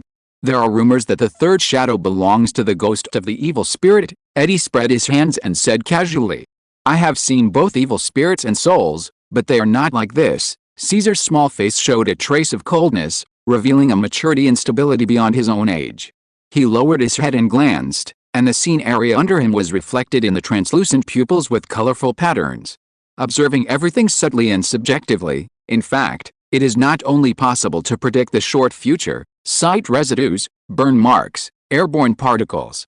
After counting all the information he saw into data, Caesar's brain at this time, with a continuous supply of energy in his body, seemed to be transformed into a supercomputer, using various equations, formulas and thinking concepts to deduce what happened in the past. Soon, those scenes that existed in the past appeared in front of Caesar one by one, as if going back in time. It is as expected. After a while, Caesar nodded thoughtfully, with a strange smile on the corner of Ziokeo's mouth. "Young master, what did you see?" Eddie scratched his head in confusion. He couldn't see anything at all, and the toxins in his body couldn't do anything about it. Caesar snorted softly, and said immaturely and confidently, "Almost, but if you want to determine the escape direction of the raiders, you can't do it based on the potential information given by this location." "Why?" "Because the raider blew himself up, and erased himself from the world together with the 2 employees. Caesar's words shocked Eddie, leading to new doubts, but there were no traces of using explosives at the scene. "Are you really stupid, or are you just being stupid? Who said that explosives are necessary to self-explode? What if the attacker's body is the source of the explosion?" Caesar finished speaking angrily, no longer intending to stay here any longer, and walked directly in the direction of the motorcycle. Seeing this, Eddie hurriedly followed, unable to keep up with the rhythm physically and mentally, and continued to ask doubtfully, "Young master, where are we going?" Caesar's face was calm, and he said without doubt, "Aren't there other places that were attacked? Let's investigate them one by one." In the following time, Eddie took Caesar and drove around the streets on a motorized motorcycle. He successively investigated the locations where the first to third encounters were rated. There was no clue. Caesar's eyes became brighter and brighter until he reached the 4th place, which was the place where the latest employee attack happened yesterday. "Caught you," Caesar muttered to himself, holding a small piece of iron that was more than half fused in his hand from a corner not far from the scorched earth area. If the terrorist organization of Stark Industries sent cannon fodder dead soldiers to carry out the attack mission every time, it would be too difficult to find clues. But apparently, after the previous few flawless successes, they finally got a little more courageous. It wasn't the dead who carried out the 4th attack mission. This time, the self-detonator killed the mission target and fled the scene. Caesar looked at the small piece of iron in his hand seriously. Without the need for detection tools, his eyes were far more incomprehensible than any scientific laser scan, and at this moment it seemed that he saw long invisible lines following traces that were difficult to see. "Eddie, come on." This time, Caesar did not sit back on Eddie's shoulders. The small floating body trembled slightly, and as if carrying a rocket vehicle on his back, he rushed out at a sudden speed, rose more than 10 meters high, and quickly accelerated to the speed of sound to fly into the distant night sky. Eddie was dumbfounded. He looked at the motorcycle parked beside him, and then at Caesar who was about to go away. He ran after the figure in the air and yelled, "Toxin, help me!" "Understood," with Toxin's cold snort. Just as Eddie took a step on his front feet, his back feet were wrapped in a layer of black cuticle, forming muscles and shells with strong visual effects. He squatted down, and then kicked his feet, bouncing with full impact force. The concrete floor cracked dully with several cracks, and waves of white dust spread out in waves. Eddie's 2-meter-tall black-armed body shot out obliquely like a missile. During this period, he flexibly used the dense buildings as pedals to chase after Caesar, flying at the speed of sound in the high air. 10 minutes later. Queen's charming bar. The explosive loudspeaker in the inner dance hall shakes the eardrums. Under the colorful neon lights, a group of maturely dressed beautiful girls and shirtless men are dancing indulgently, and the waitresses in sexy clothes come back and forth with drinks from time to time. The black-haired young man pushed the door open, let the sound wave hit him, lowered his head and sighed to the boy sitting on his shoulder. "Young master, can you slow down next time, and don't bring such things with you on your way? This is not exactly Eddie and Caesar." The two of them traveled more than 10 kilometers to another jurisdiction in New York in a short period of time. "Don't talk nonsense, he's right here." Caesar looked coldly at the crowd in the bar and dance hall. "The fourth prisoner who raided Stark employs," Eddie whispered solemnly, raised his spirits, pushed people away with both hands, and began to go deep into the crowded ballroom. The customers around saw the pair of Eddie and Caesar, and cast strange glances from time to time. It is normal for men to bring girls to this occasion, and sometimes pets are brought, but it is the first time that children are brought here. Chapter 362 Battle Night, Firefight in the bar. In the dance hall of the bar. The trendy music is like a sound wave sweeping and impacting the men and women who are crazily twisting inside. The neon lights flickering on the ceiling make them look like colorful beasts. The raw lust of the lower body began to feed. Adillo struggled to push aside the crowd with his hands, walked with difficulty, and merged into the cheering and dancing crowd. Caesar was sitting steadily on Eddie's left shoulder, and no matter how he walked, he had no tendency to fall. He was holding a small iron block suspected to have been dropped by the raider in his small hand, and his big eyes were coldly scanning the front. "It's very close. Some animals with different evolutionary directions can find their chosen targets through noses or eyes far superior to humans, not to mention Caesar with extraordinary facial features. As long as criminals still live in this world, there is no way to get rid of his hunting." Caesar ordered. "Toxin, you should also feel if there are any human beings with energy beyond the energy in the body of ordinary adults besides us." "Okay, young master." Toxin is far more knowledgeable than Eddie. Knowing who has the most cards at the moment, he immediately agrees, and skips Eddie's unfolding perception.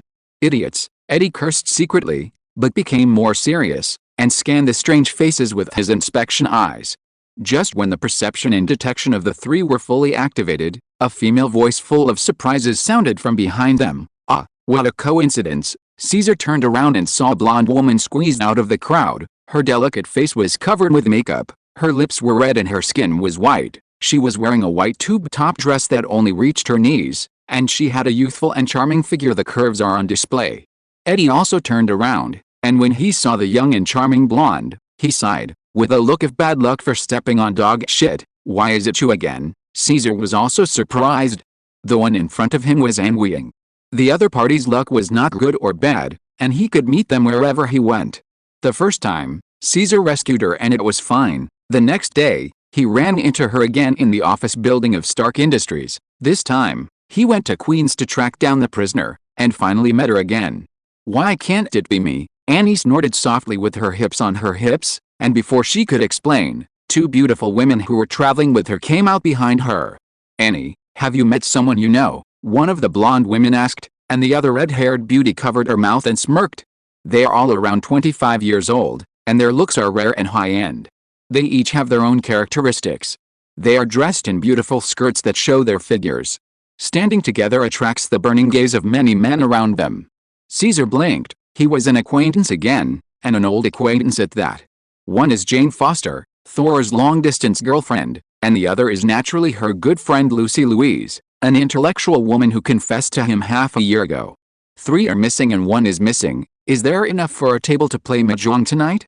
And waved her hand, without looking at Eddie, stared at Caesar on his shoulder, and said softly, "This is my two college friends, Jane Foster and Lucy Louise.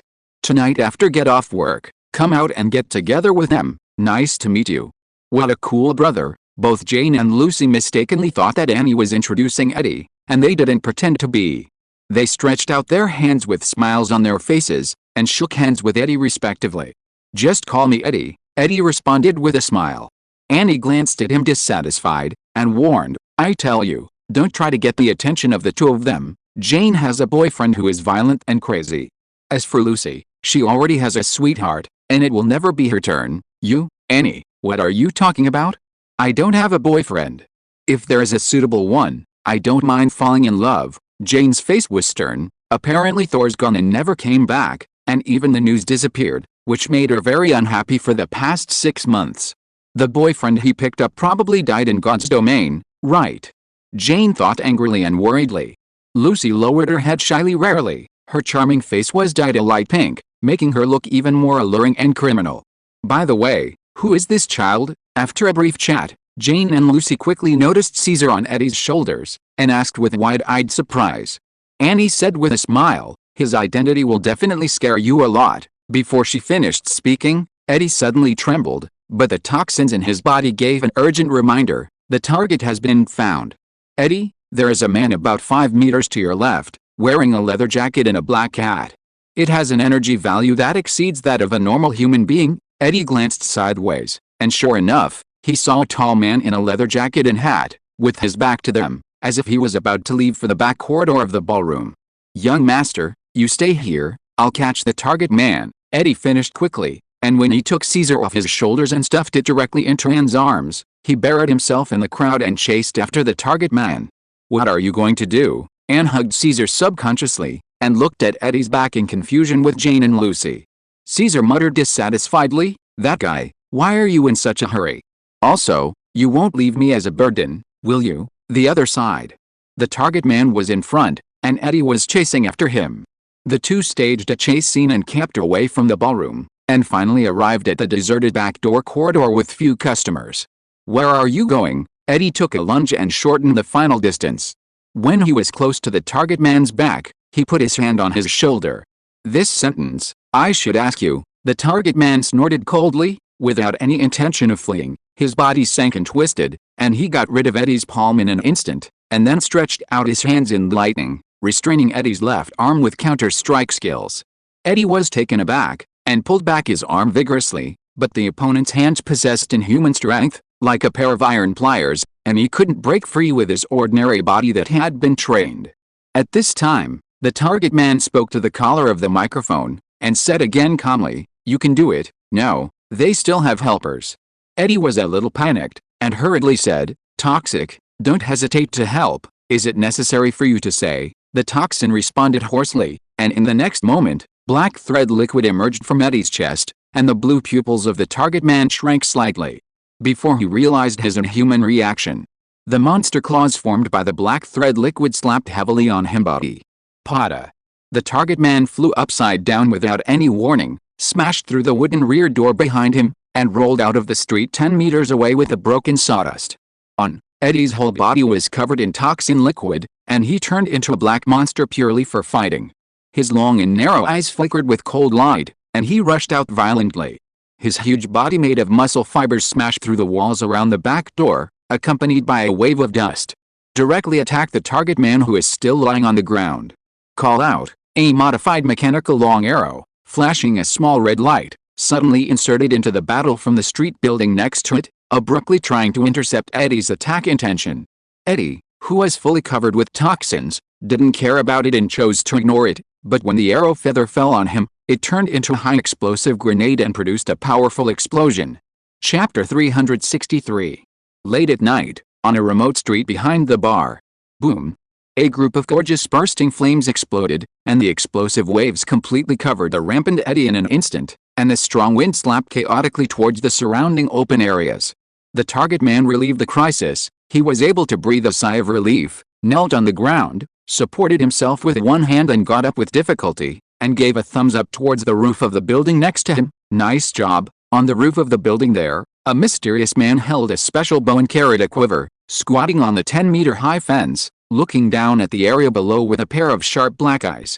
Just when he thought he had successfully killed the target and was about to lower his bow, A sharp and terrifying roar suddenly sounded from within the explosion wave group. The target man's complexion also changed drastically. He looked up and saw a huge black figure rushing out of the dust wave at an accelerated speed. His tough muscles and shell were black and shiny, and he was unscathed by an explosion that was better than a high-explosive grenade in front of him, and continued to launch a rough and strong attack forward. Is this monster the Hulk's brother? The target man didn't have time to think about it. After all, Eddie was already close to him, and he swung his fists and smashed down. He could only roll like a fish in embarrassment on the spot, narrowly dodging the toxin-covered monster-shaped punch. But the concrete floor of the street was not so lucky. Under the impact of the astonishing boxing, it immediately shattered and cracked like a bean curd project, and collapsed into a pothole with a radius of 1 meter. Looking at the center, you can even see the underground sewer. The target man escaped by rolling around a few times, put his hands on the floor, jumped up with a beautiful bounce, looked at the shocking fist pit not far away, swallowed his saliva, stabilized the peaked cap he was wearing, and looked into the communication microphone. Reluctantly said, "I should have brought Banner here earlier, he is just good at handling such a role." "He's coming? Maybe things will get worse," the bow-wielding man responded with a snort. Eddie's eyes flickered with a pale cold light. He knew that the other party had an accomplice, and he was also thinking of a quick battle. After a few steps of violent approach, he turned into a blurred black shadow and flew out. Spread the palms of both hands outwards, and patted the target man from left to right. The palm is under the astonishing strength and speed, so that a small area of strong air pressure and howling gale are formed. If this shot is right, let alone a human being, even an elephant will be shot into meat sauce alive. Seeing Eddie's tall body getting closer and closer, the target man stood upright in a military posture. His generous and perfect strong body, and his confident and flying temperament made him look like a big poplar that would not fall down. He is not fighting alone. SHHHHHH. It was too late, and then it was too late. Eddie was about to kill one person first, but there was another subtle sound in a hurry. It was the special sound effect produced by several arrow feathers passing through the air at high speed. No, it should be said that it is not arrow feathers. Bows and arrows are just cold weapons, but what flew just now was clearly a grenade. Eddie had no intention of avoiding it, glanced out of the corner of his eye, and suddenly opened his bloody mouth and bit towards the top of his head. With two unbelievable exclamations, all three special long arrows fell into his mouth. As soon as the mouth closed, Eddie's cheeks swelled violently, and soon returned to the original state, and he opened his mouth slightly and spit out a few circles of gunpowder smoke. If he wants to injure him who is fully covered by toxins, he can only use high-end weapons such as missiles. Low-end weapons such as firearms or grenades are too powerful, and they are just tickling. Due to the bursting arrow, Eddie only paused for a moment, and then continued to approach the target man impressively. The black palm had been raised high like the deadly scythe of death. "Team leader," at the very moment, a woman's voice suddenly broke into the battle, and at the same time, a round object acted as a dart and threw it at the target man. "You forgot to bring something." The target man's eyes were slightly bright, and he quickly and accurately caught the round object, and then raised his hands upwards. It was clearly a one-handed round shield. Under the dim light, the colorful graffiti with blue and red stripes was reflected, and he blocked it in a thrilling manner. I got Eddie's big slap from top to bottom. Boom. Facing the impact of more than 10 tons of pure energy, the target man holding the round shield stood still, kneeling on one knee to support the ground. His muscles swelled up, his peaked cap was blown away by the air waves, and the streets swept by the strong wind. Trash and posters are flying around, until the impact force is all relieved and absorbed by the round shield. "Huh?" Eddie yelled in surprise, and took 3 steps back, keeping a certain distance. The target man stood up and stood with his head held high, holding a buckler in his left hand. After losing his peaked cap, his sunny blonde hair and handsome and resolute young face were fully revealed. With a golden racial body, he was like a living model statue of a soldier. Crack! The steel cable was thrown from the roof of the building, and then a male agent in a black uniform and a cold black-eyed man holding a special bow slipped down. His hands and feet were agile, and he landed lightly on the street, and stood shoulder to shoulder with the man holding the shield. Tread. High-heeled boots stepped on the concrete floor, and from the corner of the street on the other side, a beautiful woman with short dark red hair stepped out. The whole set of close-fitting leather clothes exposed her curves to the fullest. Holding 2 silver pistols in her slender hands, came to the left side of the man holding the shield and stood shoulder to shoulder. The three of them stood together, like a golden triangle of iron barrels, staring at Eddie coldly and vigilantly. "Am I late, Captain?" The crisp eagle whistle sounded in the night sky, and the black uncle with a pair of mechanical wings circled low in the street, then quickly retracted his wings, and landed on the ground to stand on the same side as the shield-wielding men. "Not late." The shield-wielding man known as the captain smiled, looked at Eddie who was alone, and said in a deep voice, "Now, 4 against 1. The other three stared at Eddie in unison, and they had a tyrannical tendency to attack Eddie when they disagreed. Eddie looked at the familiar faces in front of him, shrugged his shoulders helplessly, and sighed, "I think this is a misunderstanding. Captain Steve, Miss Natasha, and the other two should be newcomers to revenge. Brother Falcon and Hawkeye from the Alliance of Raiders, okay." The four people standing opposite each other were puzzled.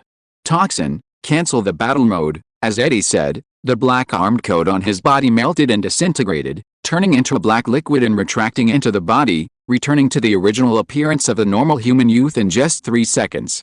"Temporary worker at the Unnatural Agency, Eddie, is that you?" Steve and Natasha looked at each other in dismay. They had been to the Emgren building, and they recognized Eddie at a glance. Eddie was the temporary worker who entertained them last time, but they had never seen his transformed form. "I accompanied the young master to the bar to find the prisoner. I misunderstood you, Captain Steve, so I started to do it," Eddie smiled wryly. Steve and the others were also speechless for a while when they heard the words. Their purpose of coming here was also to find the criminal. When they saw Eddie making a move, they thought he was a criminal. They both made the same mistake. "This is really flooding the Dragon King Temple. After a fierce battle for a long time, it turned out that my family beat my own family." Chapter 364 The Strength of Superman Clone. "Wait a moment," Steve suddenly recalled something, stared at Eddie, and said in a deep voice with furrowed eyebrows, "Who did you say you would accompany to hunt down the criminal?" "The young master of the Carl family," Eddie responded without thinking.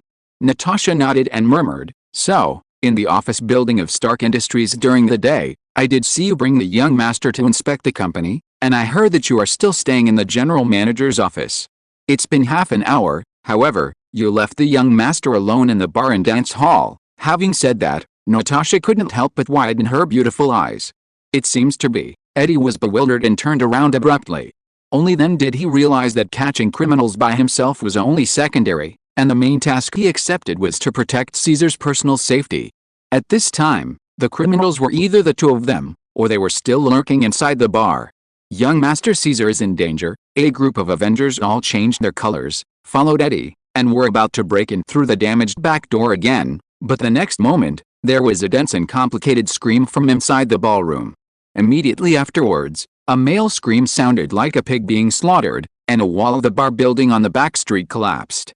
Accompanied by gravel and dust blasted from the inside out, the figure of a middle-aged man was caught in the among them. It rolled miserably to the feet of Eddie and the others. The middle-aged man was lying on his face. One arm was exaggeratedly broken, and the only remaining arm was glowing red strangely, emitting white high-temperature smoke, and the palm of his hand seemed to have turned into a super high-temperature object. See the burning red blood vessels and muscles inside. Under the high alert of Steve and others, he rolled his eyes in pain, and passed out unconsciously. The redness and high temperature of his arms gradually faded away. Before the group of the Avengers could react, there was another dull sound of heavy trauma from the back door and the bar with a damaged outer wall, and then the second bald man flew out of the air quickly. Without the buffer of the wall, the bald man drew a 10-meter-long parallel line in the air, and finally plunged his head heavily into the wall of the alley on the street opposite the bar, and died suddenly with his head bursting out on the spot. His hands also showed signs of scorching heat. The muscles and skin had already disintegrated and melted, and the sticky blood dripping down from his fingers was like molten slurry, sizzling and corroding the concrete floor. The whole process happens within 3 seconds.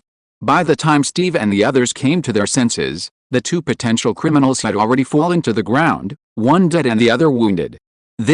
What's going on?" Steve looked at the prisoners on the ground, and then at the bar where the customers were fleeing. He was a little surprised and confused even though he was experienced in combat. The others were not much better than him, and all looked blankly into the bar. Eddie waved his hand calmly, sighed, and said, "If I'm not wrong, it's all caused by my young master, meow meow." Everyone in the Avengers was messed up in the wind. Eddie was right this time. It was all because of Caesar's attack, and if he wanted to know the cause and effect, he had to adjust the time back to 5 minutes ago. 5 minutes ago, Eddie and Steve fought because of a misunderstanding. After leaving the bar from the back door one after the other, the remaining Caesar in the bar dance hall could only stay with Annie, Jane, and Lucy.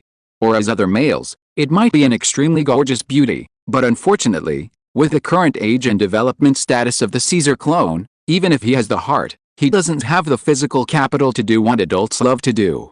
Caesar was peacefully held in Annie's arms, and he looked around the noisy ballroom with big eyes.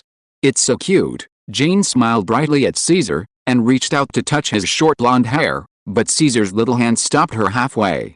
Not to mention Thor's girlfriend, even Thor's old mother is not qualified to touch his head. Caesar thought coldly. The cold and mature look on his small face was not like that of a baby, and he patted Jane's palm off lightly with controlled force.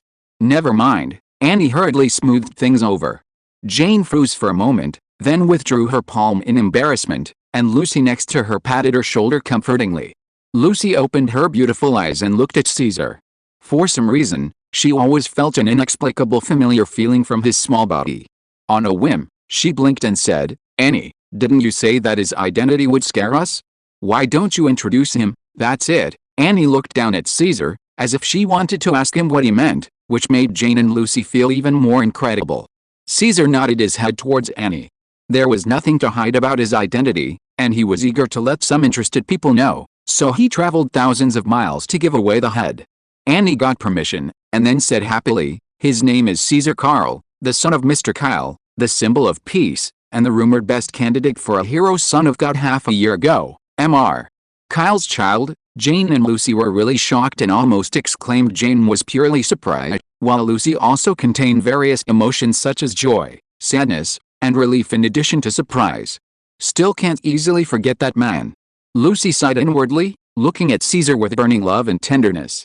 Caesar is someone who has been there, so he naturally knew what she was thinking, so he deliberately turned his face away and looked at the people who were throwing themselves into singing and dancing. At this moment, the two men were chatting and laughing, walking towards this side intentionally or unintentionally. Their eyes drifted away from the graceful body of Annie and the third daughter, and the eyes sunken deep into their eye sockets showed beast-like desire from time to time. Annie and Jane were still chatting, apparently not noticing the approaching danger from the side. Caesar frowned slightly, closed his eyes and opened them quickly. The white light in his eyes flashed, and the scene he saw changed drastically again. He looked at Jane and Lucy, who were directly opposite, and his eyes directly penetrated their skirt underwear, and he saw the naked inner Chiron body. This was only the beginning, and soon his eyes went deep, and the medical equipment laser-like clear perspective to the human skeleton, internal organs and densely packed blood vessels. Caesar was startled. In his eyes, Jane and Lucy had turned into two moving skeletons, and the heart on the left chest was still beating in the skeleton, which made one's scalp tingle. This is the Kryptonian's eyes, in addition to the telescopic and microcosmic, the third superpower performance, X-rays. Caesar looked sideways, and the two men with unruly intentions also turned into two skeleton bodies, but different from ordinary people. Their inner lungs were like a ball of flames, and the biological energy was suppressing the raging fire. These two are the criminals who attacked the Stark employees. Who the hell did Eddie go after? Caesar whispered helplessly, watching the two criminals approaching. He immediately patted Annie's arm. Annie subconsciously let go of her hands, and in less than 0.1 second, Caesar in her arms disappeared. A few meters, for Caesar, is not a distance at all. It's like teleportation. Caesar appeared above the heads of the two criminals in the blink of an eye. The two criminals were shocked, and their reactions were relatively quick compared to ordinary humans.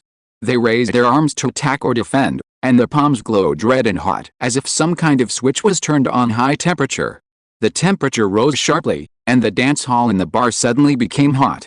If you're listening to this novel on a channel other than Fanfic World, it means they downloaded and uploaded it without effort. We cordially invite you to visit our channel, Mundo Fanfic Novelists. There you'll find the original version of this story, and you can explore many other novels of various genres. We're waiting for you to immerse yourself in a world of incredible novels. Chapter 365, Clone Power. Caesar squinted his eyes slightly, watching the two criminals reaching out to grab him. The palms of those two hands quickly became hot and red, and the temperature broke through, degrees Celsius in an instant, and continued to increase, approaching, degrees Celsius, which the human body cannot bear. In his Superman-awakened eyes and perception, the flow of time in the world is constantly slowing down. Behind him are the three girls, and with a unified panic expression, surrounded by customers who opened their mouths and screamed and wanted to escape from the scene, and the two faces directly below are both terrified and angry. The criminal, everything in the ballroom froze slightly. More than that, Caesar can also see through the perspective that the blood in the two criminals is rapidly evaporating by itself at this time, and the biological energy is transformed into scorching energy under the guidance of a certain modified gene, which is conducted to the arms from the muscles and bones. It's interesting to transform people. Caesar blinked, facing those two pairs of fiery red palms, slowly stretched out his pair of white and tender hands. Snapped, snapped. The flow of time returned to normal, and Caesar, who was suspended in the air, used a small hand each to resist the attacks of the two criminals in melee combat. The size of the small hand was completely disproportionate to the big hand, but despite this, Caesar easily took the slap of the grown man. Seek death. The two criminals were not surprised but happy, their hands pressed against Caesar's little hand, their faces were reddened, and they were still heating up, and soon their entire arms were red like fire, and the sleeves of their coats had long since spontaneously ignited and burned to ashes. They want to melt Caesar's hand directly with high temperature.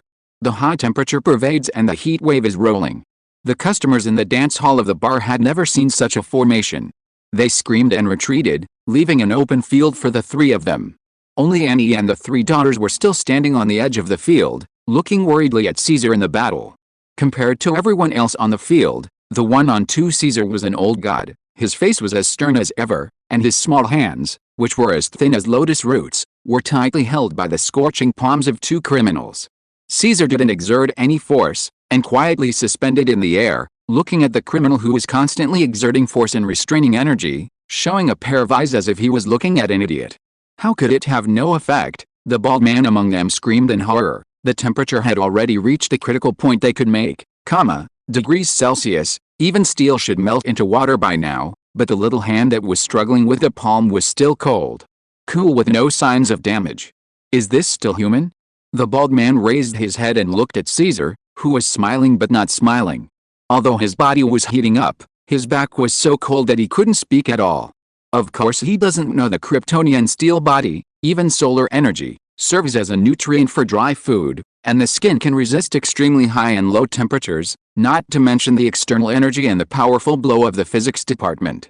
What's more, the high temperature in this area is less than, degrees Celsius. I can't take it anymore. The other man wailed and yelled, but after the temperature rose to, degrees Celsius, the genetically modified palm could no longer support it, and the temperature could not be controlled by itself, and the body began to self-disintegrate and tend to fester. Playing with fire and self-immolation is not mature enough for biological transformation technology. When Caesar saw this, he couldn't help shaking his head slightly. He let the criminals display the power of high temperature in order to test the biological modification technology mastered by the hostile terrorist organization. Now it seems that this biotechnology can allow a human being to have the superpower of transforming high-temperature energy in the body, but it is not perfect self-destruct consequences. The masterpiece of the explosion that attacked the employees of Stark Industries before should be caused by the self-explosion of the previous bioengineered human being unable to control the ability. The palms were as red as a piece of iron forged by fire. The two criminals moaned in pain and wanted to withdraw, but no matter how hard they tried, they couldn't pull away even a tiny bit. They stared at Caesar with wide eyes in horror. Have you played enough? It's time for me to take action, Caesar was bickering, and then he exerted all his strength with his left hand. With a crack of the bone crack, one arm of the criminal man was directly broken 180 degrees. The criminal man immediately wailed like a pig being slaughtered. Caesar thought it was noisy, so he casually pushed him towards the inner wall next to him. He used a little more force, so that the man directly smashed through the wall and rolled to the street outside.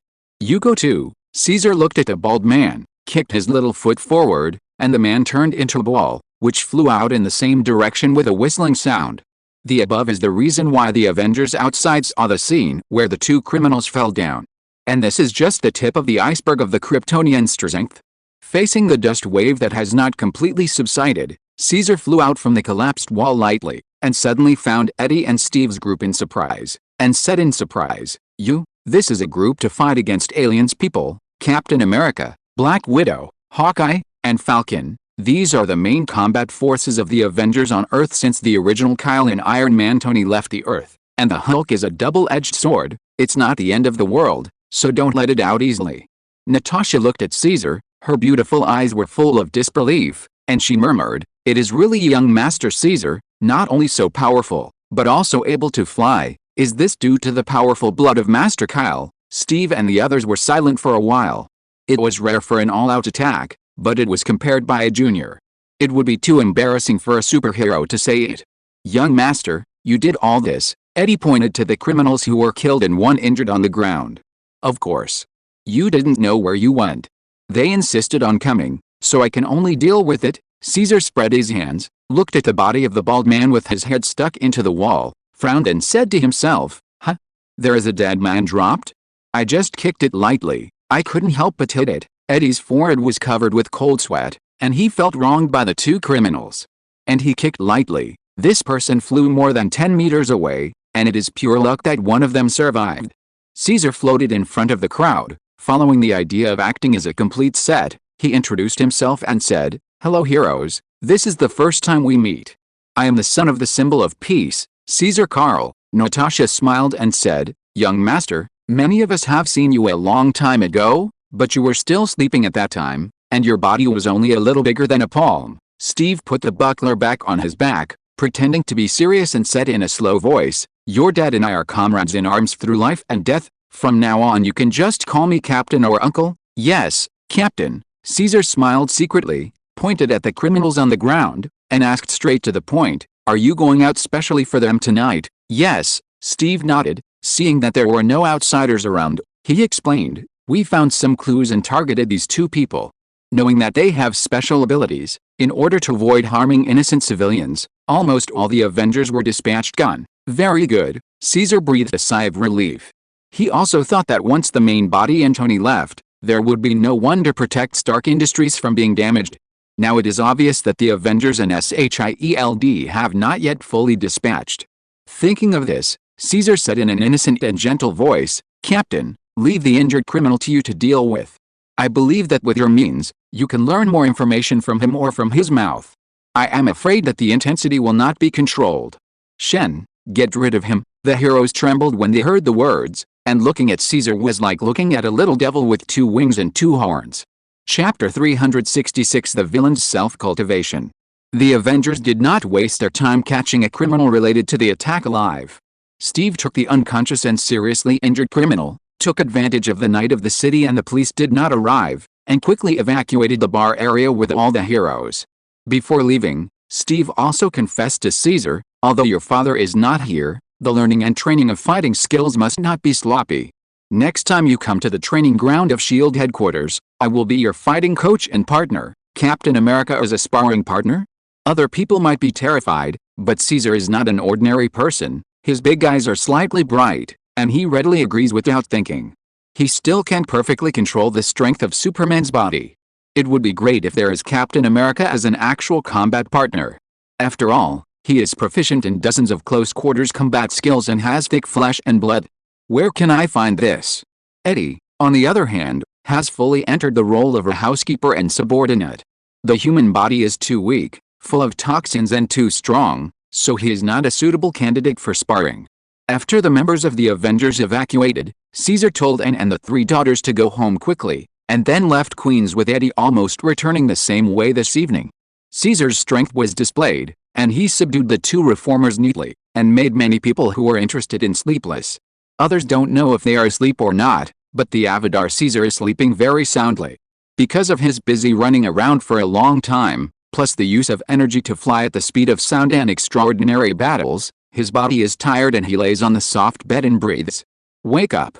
It was noon the next day when Caesar woke up, got up and flew to the bathroom, and yelled at Eddie, who was in the same room, as he was preparing lunch. Eddie told him 2 things with a serious face. First, late last night, the Avengers led by Captain Steve were attacked by a group of terrorists on the way back to the S.H.I.E.L.D. If it is an ordinary terrorist, I am afraid that a single hero can completely destroy it, but the opponent is an elite armed team composed of biological genetically modified people. The number is superior, and the sudden incident, the heroes of the Avengers are facing the attack. Only passive defense. The terrorists were obviously well trained and under a unified command. With only a little interference, they retreated with a single blow. When Steve and the others wanted to fight back, the terrorists paid the price of self-destruct of 2 accomplices and took advantage of the chaos to escape into the bustling city. In the vast darkness of the district. During the whole process, no member of the Avengers was injured, but the criminal hostage was killed by the terrorists on the spot. Caesar was also very surprised to hear that, in the urban area of New York, he dared to attack the Avengers team, which was a bit too courageous, and more importantly, their goal was obviously perfectly achieved. Although the current Avengers alliance is still in its infancy, and the main body Kyle took Tony to leave the Earth, the main hero members such as Captain America, Black Widow, Hawkeye, etc. are all middle-level battles between mortals and extraordinary power, but it is too rampant and domineering to treat heroes as human beings at all. Second, it was about the news from Stark Industries, which came from Ann, and it also happened late last night. General Manager Pepper Potts mysteriously disappeared. Also missing is the Deputy Manager Aldrich Killian. The disappearance of 2 important senior executives of Stark Industries has caused panic in Stark Industries. Just after the newspaper was published today, the shares of Stark Industries fell more than tens of billions of dollars. Despite a drop of tens of billions, Stark Industries still sits firmly on the number 1 of the world's top, but since Iron Man Tony left, this is the first time that Stark Industries has fallen below the trough record. 2 things, nothing could be worse than bad news. After listening to Eddie's narration, Caesar thought calmly. These seem to be 2 different things, but in fact, the 2 are inseparably related, and can almost be summed up as the same thing. If all guesses are correct, the terrorist leader and the inventor of biological genetic modification is the Deputy Manager Killian, then he is really an admirable villain. Yesterday night, the criminal had just been captured by the Avengers, and realized that his identity might be exposed, so he simply asked his gang to kill the hostages, while he simply gave up his identity and status, and decisively took Pepper Potts away to the captives.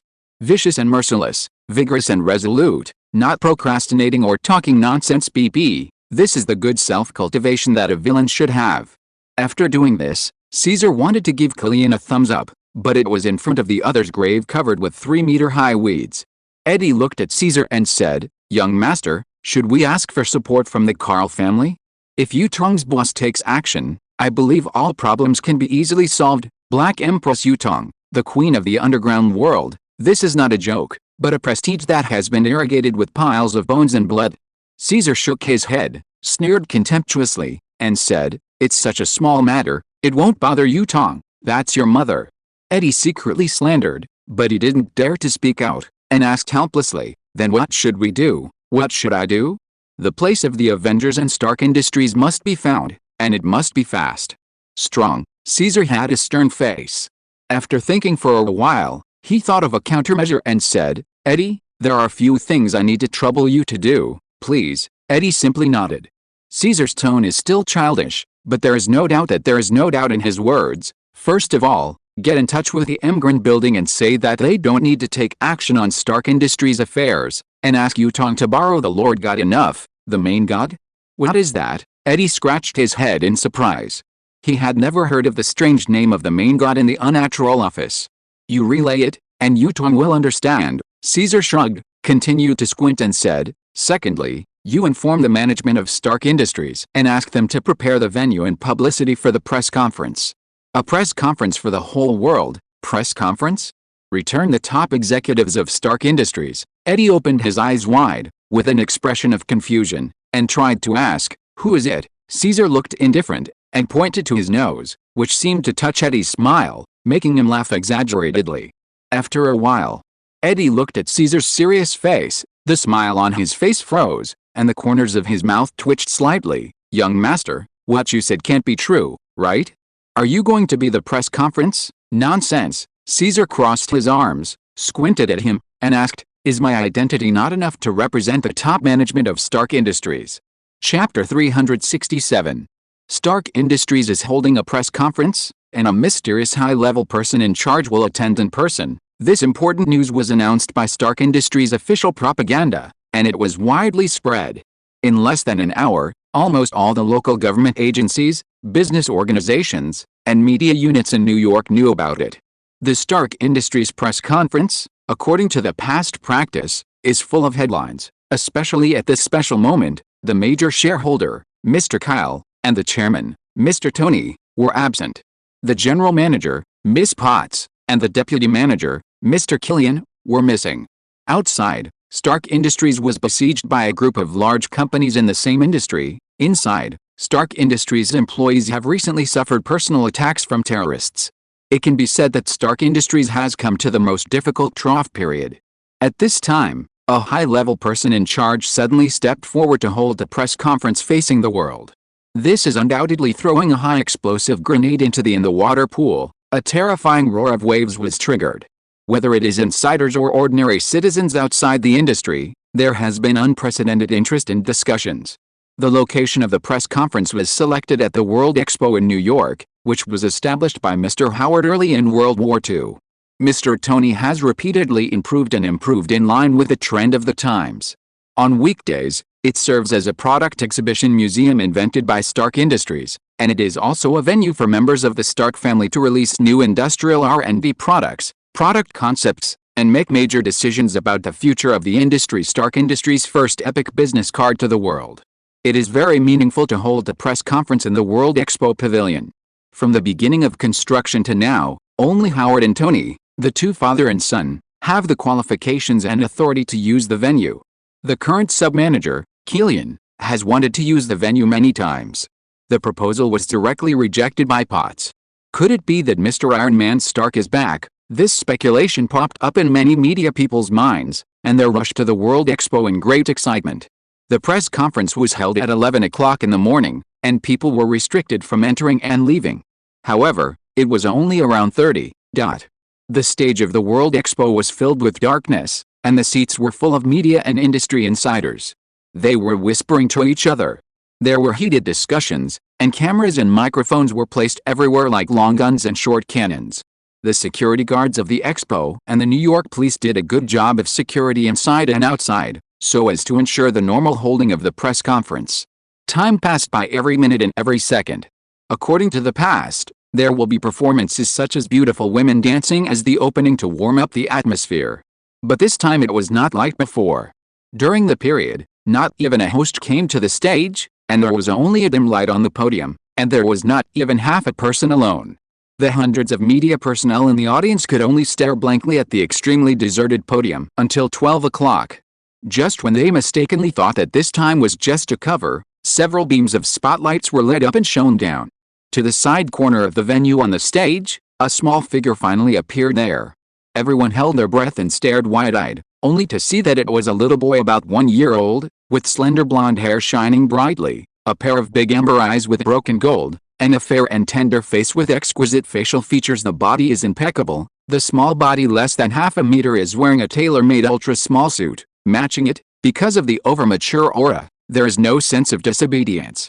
The little boy held a lollipop in his mouth, with a cute and stern face, and his short legs walked slowly, from a corner of the huge modern glass stage, to the podium on the stage in a leisurely manner.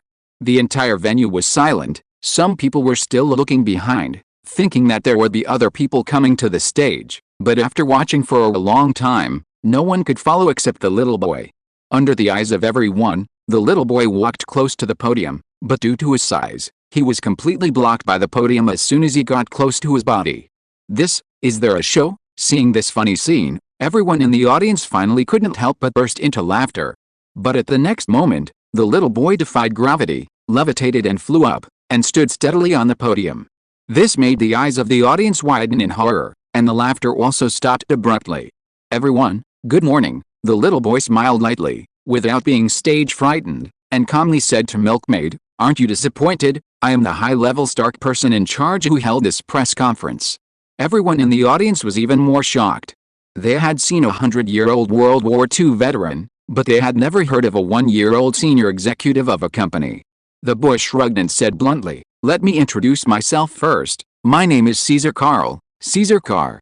The name silenced the audience for a while, And then there was an uproar like a nuclear explosion, as if a nest had exploded. Almost everyone stood up emotionally, and the camera's flashlight kept flashing one after another. Kaiser Karl, the name caused heated discussions in the society many times half a year ago. Even though it was silent for half a year, it is hard to be forgotten by people until now. Descendants of the symbol of peace, follow-up heirs of Stark Industries shares, the Son of God who has been at the top of the earth since he was born.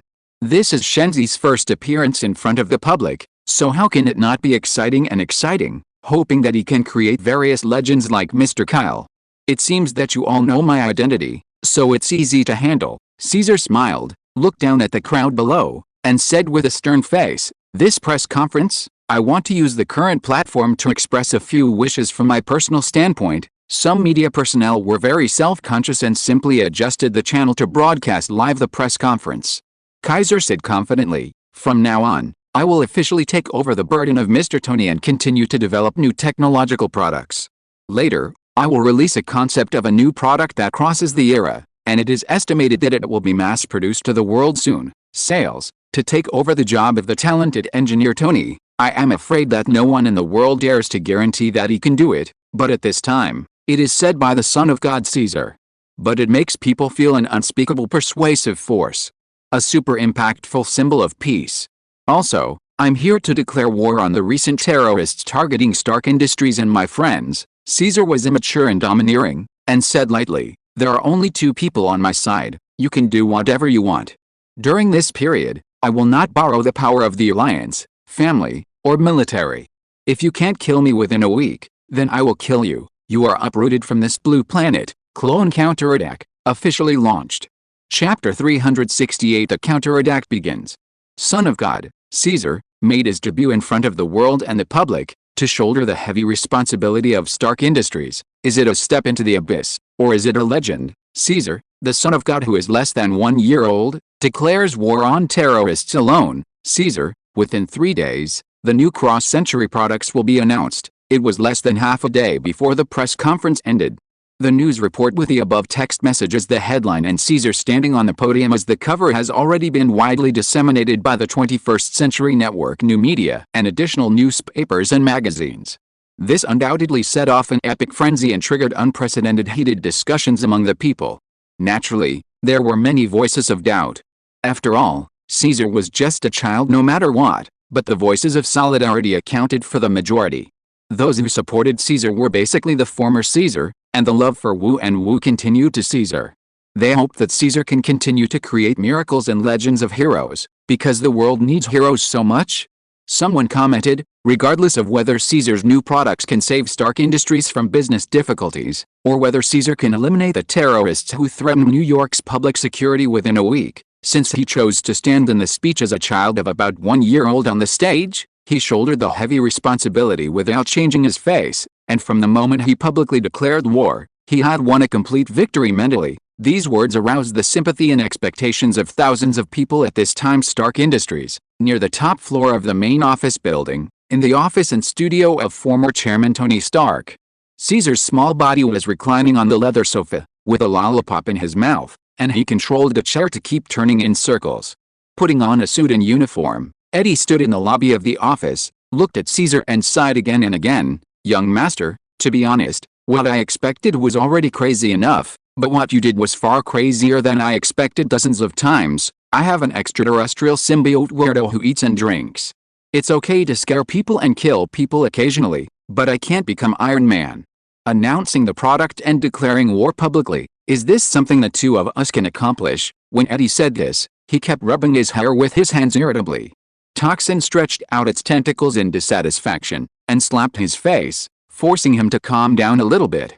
Caesar crossed his arms and hummed, "Whoever makes Tony not here, we can only do these things, to be reasonable." What happened now was something that Tony should have solved, but who let Tony and the ontology go to the Galactic Federation? Tony still has to rely on his godfather to take the blame. Eddie looked at Caesar and asked in surprise, "Why don't we act in secret? We insist on holding a press conference with great fanfare, but Miss Potts is still in their hands. You think I think so?" Caesar glanced at him angrily, and said, "The enemy is in the dark and we are in the light. If there is no press conference, the initiative will always be in the hands of the opponent. Why? Eddie scratched his head, feeling that his IQ was not enough. Toxin felt ashamed of his host, and fell into deep sleep without making a sound. What do you think?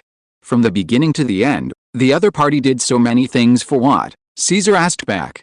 Eddie thought for a while, opened his fingers and said, while sending people to sneak into Stark Industries as the deputy product manager, while attacking the elite R&D employees of Stark Industries, and kidnapping Bo Miss C, he was slightly taken aback, his eyes lit up, and he said closer to the truth. In addition to other companies in the same industry joining hands to besiege Stark Industries, if they did this, then their ultimate goal should be. Caesar took his words, nodded and said, that's right. They want to destroy the business empire of Stark Industries. Eddie took a breath, blinked and asked, did Stark Industries recruit him? As a top weapon research and development company, terrorists shouldn't just target Stark Industries, right? Caesar spread his hands, looking like Fan, who has only one truth, and said with firm judgment, if you guessed correctly, the enemy behind the scenes is probably Tony's enemy. He wants to take revenge on Tony, so he thought of destroying his business empire, and take his woman forcibly. It's too cruel. Eddie clenched his fists, a little annoyed, although he doesn't even have a girlfriend now. In fact, Caesar's judgment is more or less the same. Aldrich Killian, a scientist in the field of biology at a banquet more than 10 years ago, Leon was in a very desperate situation due to his research on the ultimate biology. He originally wanted to take the opportunity to get acquainted with the world-famous Tony Stark. But Tony, as a lonely genius and a playboy, only beautiful women can attract his attention at the banquet, so he casually let the enthusiastic spoiled young man Killian wait for him on the roof of the building.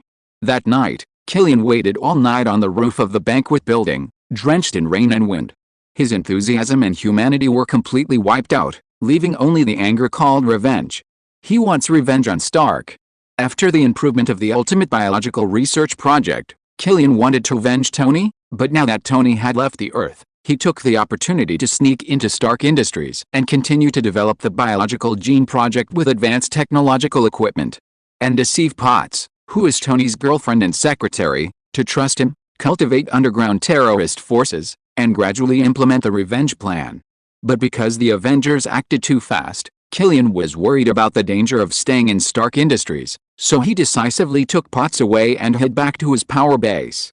I understand, Eddie recalled what Caesar had said before, and based on his current judgment, he said thoughtfully, young master, you held a press conference and said that you will release new products, but in fact you want to dispel the negative aspects of Stark Industries. The status is erased. In this way, the enemy's conspiracy to bring down Stark Industries will not succeed. If I give a deadline to declare war publicly, the essence is to ridicule the face, and they will become more anxious to kill me. Caesar smiled and pointed to his nose. Now, Potts and Stark Industries are no longer the #1 targets they have to deal with, but I am the one who plays an important role in Stark Industries. Thank you for being able to laugh. Eddie looked out the window vigilantly, feeling that terrorists would attack them at any moment. The corner of Caesar's mouth twitched into a sneer, like a little devil, and said in a murderous childish voice, what are you afraid of? I wish they would come to me, come to kill one pair. It's best to all come together and wipe out the group at once. I'm too lazy to move a few more times. Eddie's scalp was numb. He shrank his neck, and asked the last question, young master. The premise for you to help Stark Industry is that the new product released is recognized by the outside public. If the new product is fake, then the previous everything that was said is not true. Who told you that the released product is fake? But it's just that it hasn't started yet. After Caesar finished speaking, under Eddie's puzzled eyes, he looked at the computer screen on the desk and asked, Lord God, are you ready? The computer screen suddenly flashed across the screen, the code blocks were pieced together into a ball of data, and then a cold voice came out from the speaker, the main god of artificial intelligence, serving you all the way. Chapter 369 Skynet and Holographic VR. In terms of the manufacturing of technological products, if only by himself, Caesar would not be able to achieve the level of Iron Man Tony Stark, even if his intellectual growth value is far higher than that of ordinary humans. Tony's almost explosive creative mind and engineering manufacturing ability can be regarded as a superpower of a branch of science and technology, but it is still a special superpower that cannot be replicated by the card draw system. But this does not mean that Caesar cannot take over the burden of Stark Industries' technological research and development. He has an artificial intelligence god that far surpasses the world's technological level, and he controls all the top manufacturing plants and facilities of Stark Industries and the Carl family. Resources, coupled with a unique thinking concept from another Earth in the previous life. Caesar's only needs to provide complete product requirements and ideas, and all the rest of the theory and research and development will be handed over to the main god for calculation and speculation, and then handed over to Stark Industries' scientific research and manufacturing team and workers to perfect the manufacturing. At this time, in Tony's private studio, Caesar is equivalent to the commander-in-chief, sitting on the desk, and the desk and under the desk are full of computers. The main engine fan and water cooling are working hard to cool down. Several monitors are on with blue screens, and the blue balls unique to the main god are displayed inside sign. The door opened. Eddie stepped in, wiped the sweat on his forehead with his sleeves, panted and reported to Caesar, "It should be all right. The 3 supercomputers in the Stark Industrial Technology Park are all turned on, plus Carl the 2 on the family side. A total of 5 supercomputers are on standby." Caesar nodded, and ordered to display screen. "Lord God, let's test it first." "Yes," the main god responded through the speaker, and several display screens immediately flashed a series of data codes. After a while, with a sound of beeps, "We have successfully connected to 5 supercomputers, and we can use the performance and storage to calculate and process data at any time." "Very good." Caesar snapped his fingers lightly. Adillo next to him asked wonderingly, "Is it necessary to use 5 supercomputers at once? Is this to invade the military database of a big country?" "Don't be kidding, just a military database. The main god doesn't need 2 supercomputers yet." Caesar rubbed his hands angrily, eager to give it a try, and said with a meaningful smile, "I'm afraid 5 supercomputers are not enough for the next thing to do." "Then I'll wait and see." Eddie curled his lips and sat down on a chair, wanting to see what the little devil Caesar was trying to figure out. Now that everything was ready, Caesar didn't procrastinate, and said directly, "First of all, Lord God, I need to set up a confidential database, a database that no one can hack or delete, including Weiss and Jarvis." The Lord God almost didn't borrow the supercomputer, and gave a countermeasure in an instant. "It's solved. Set the database in the supercomputer equipment room of the general base, and I will set up a firewall and watch it online. No one has the authority to invade and cross." "Wait, I haven't finished yet." Caesar held the stick of the lollipop with his finger, tapped it towards the void, and said seriously, "Beyond his age, the storage capacity of that database must be large enough. How much does it need? Please give me an example," the Lord God said in a cold voice, unwilling to admit defeat. Caesar was very straightforward, and casually threw out a shocking condition. "It can put down the data storage capacity of all things and information in 10 Earths. Young master, what are you going to do?" Eddie was a little dumbfounded, and the main god didn't seem to expect it, and the image on the monitor screen froze slightly. Caesar blinked and said, "It's nothing. If a super large virtual world is real enough, the amount of data storage required must be large enough." He looked at the screen and asked, "Why can't it be done?" The Lord God did not answer, and after more than 10 seconds of silence, the loudspeaker sounded again. "It has been resolved. The storage is located in the general base, and it is enough to be equipped with a compressed memory chip, which is expected to hold the data of all things on 12 Earths. From now on, it will only take 19 hours for Katu to carry out hardware transformation on the general base." "Not bad." Caesar applauded lightly, asking him to use theory and the current level of technology to research and overcome. It is absolutely impossible. But the main god of artificial intelligence is different. He has the scientific and technological theoretical level of the Earth, Wakanda, and the planet Sokka. Caesar was not polite, and made his own request according to the idea. "I want a super strong network signal that can cover at least one large city." After calculating for half a minute, the Lord God responded coldly, "It has been solved. An alien signal tower is built in Stark Industries. The network signal is enough to cover the whole city, and the upload speed can reach 100 G per second. From now on, Stark Industries the human resource estimate for its 3 days." Caesar thought for a while, and continued, "In addition, build a super large virtual world framework in the database, first divide it into several areas, and satisfy the basic framework of the system that is divorced from reality and game fantasy." On this point, Caesar said a long paragraph, including some areas and setting ideas of the virtual space. He mainly stated the effect he wanted to achieve, and left the specific theory and reality to the main god for calculation and judgment. Not long after, the Lord God analyzed it reliably. "According to your requirements, 5 supercomputers need 5 supercomputers to calculate and code for 3 days to create a virtual world area framework with a complete system, macroscopic details, and high degree of reality. Take your time, don't worry. Caesar smiled, but comforted the Lord God instead. Eddie has always been in the fog since just now, until now, as if he finally understood. He said in surprise, "Young master, your so-called new scientific research product to save Stark Industries is a games? Simulated reality games." Today is 21 in the 2009th century. With the popularity of electronic products such as computers and mobile phones, video games are indeed a big hit. But Stark Industries to develop games, anyway, it's a bit downgrade after all. Stark Industries is the leader of technology and weapons companies. Aware of Eddie's doubts, Caesar was not angry, and said in a confident tone, "What do you know? What I want to create is not just a game, but a world." Eddie muttered to himself, but didn't understand for a moment. Caesar did not explain too much, and said solemnly to the Lord God, "Lord God, there is one last technical problem that must be overcome. I need to manufacture an instrument, preferably similar to the model and size of a helmet, so that human beings can use it as a medium, so that the 5 sense organs and the perception center are connected and transmitted to the virtual space we created." Eddie was dumbfounded when he heard it, and after contacting everything before, he suddenly realized that an incredible black technology product was about to be born. The studio was silent. The Lord God didn't answer the call immediately, but the display screen kept skimming the data codes.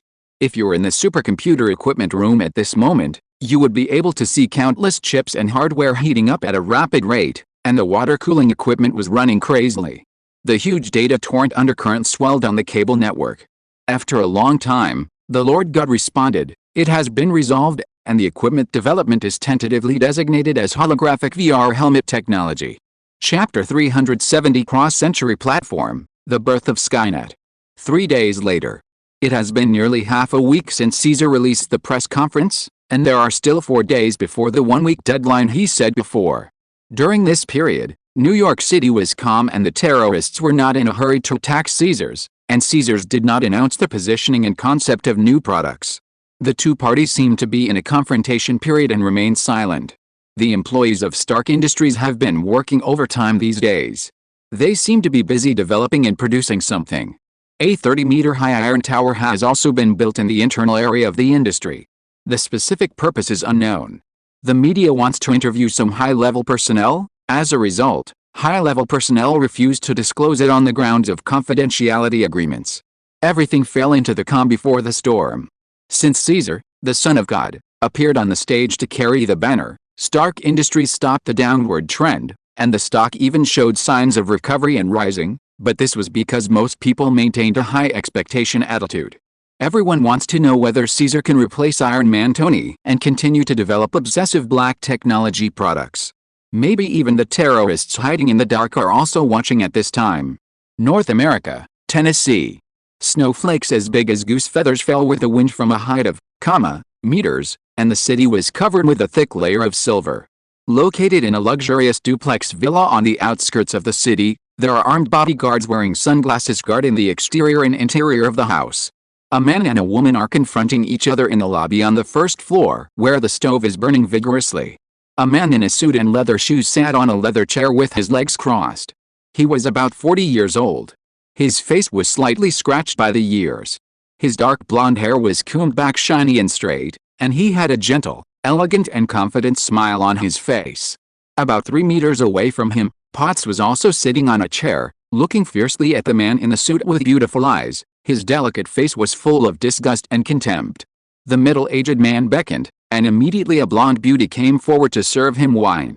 He took a sip of the red wine with a goblet, and said to Potts, "Miss Potts, you don't have to look at it like that. Look at me. I don't want to hurt you. Maybe we can sit at the table and have a pleasant conversation while drinking fine wine as before." "Hell, Killian, you've already used these dirty methods, so don't pretend to be a gentleman." Potts raised his hands expressionlessly. His white wrists were chained, and even the chair he was sitting on together. Killian showed a surprised expression, looking like a thief yelling to catch a thief, and shouted at the bodyguard next to him, "What have you done to the respected Miss Potts? No one has come to untie the chain. No need to be hypocritical." Seeing the bodyguards approaching, Potts glanced at them coldly, then looked at Killian and said calmly, "What exactly are you trying to achieve by attacking me and Stark Industries? What purpose?" "Of course, to destroy everything Tony Stark owns." Speaking of Tony, Killian finally took off his usual gentleman mask, his face twisted slightly, and he said sharply, "Isn't he very arrogant and conceited, and I want to see what happened when he lost everything." "What kind of expression do you have? You are committing a crime," Potts responded mercilessly. Killian opened his hands, and said as a matter of course, "What's wrong with crime? As long as you have strength, you can be above the law." This is what the group of characters called superheroes told me. "Unfortunately, you will never be a superhero," Potts laughed lightly, looking at Killian contemptuously. "Even if even a 1-year-old can become a superhero, you will never have that chance. Using the ultimate biological project, I can master extraordinary power and create a powerful force, which does not need anyone to admit it," Killian retorted coldly, put down the goblet, and narrowed his eyes dangerously. "I know." The appearance of the so-called Caesar, the Son of God, kindled a glimmer of hope in your heart, and also made Stark Industries seem to stand on its toes. But without a real product release, Stark Industries is always on the edge of a cliff. "You don't think a 1-year-old can really replace Tony Stark, do you?" Potts lowered his head and did not speak. After being with Tony for so long, he has seen countless geniuses and scientists, but there is really no one who can compete with Tony in the field of technological manufacturing. Dr. Banner is half, but he is a scientist in the field of biology. "Boss. Something is wrong." At this moment, a bodyguard pushed open the door and rushed into the hall, causing Killian, who had just had a drink of red wine, to choke. "What's the matter?" Yelling, Killian took out a towel, wiped his mouth, and glared at the bodyguard. The bodyguard didn't care about being scolded, and quickly reported, "Boss, Stark Industries has really released a new product. Just 5 minutes ago, it was still pre-ordered on the official website." "What did you say?" Killian's eyes widened in shock. He didn't care about Potts anymore. He jumped up from his chair, grabbed the bodyguard's hand and hurriedly said, "Go, take me to see it." The bodyguard immediately took Killian to the basement. As soon as he entered the room, Killian waved away the researchers on the computer chair, and sat on it himself, manipulating the mouse to open the official website of Stark Industries. When I first entered the official website, there was a color map that occupied the entire computer display screen. It was really the promotion and introduction of the newly released products. The big and small titles that came into view were simple and rude: social games, virtual reality, Skynet. Although this is a game, it is not a joke. Games? Stark Industries has been reduced to making games? It really is a child's boring trick. Killian smiled, and dragged down the mouse to continue to browse the content of the introduction below.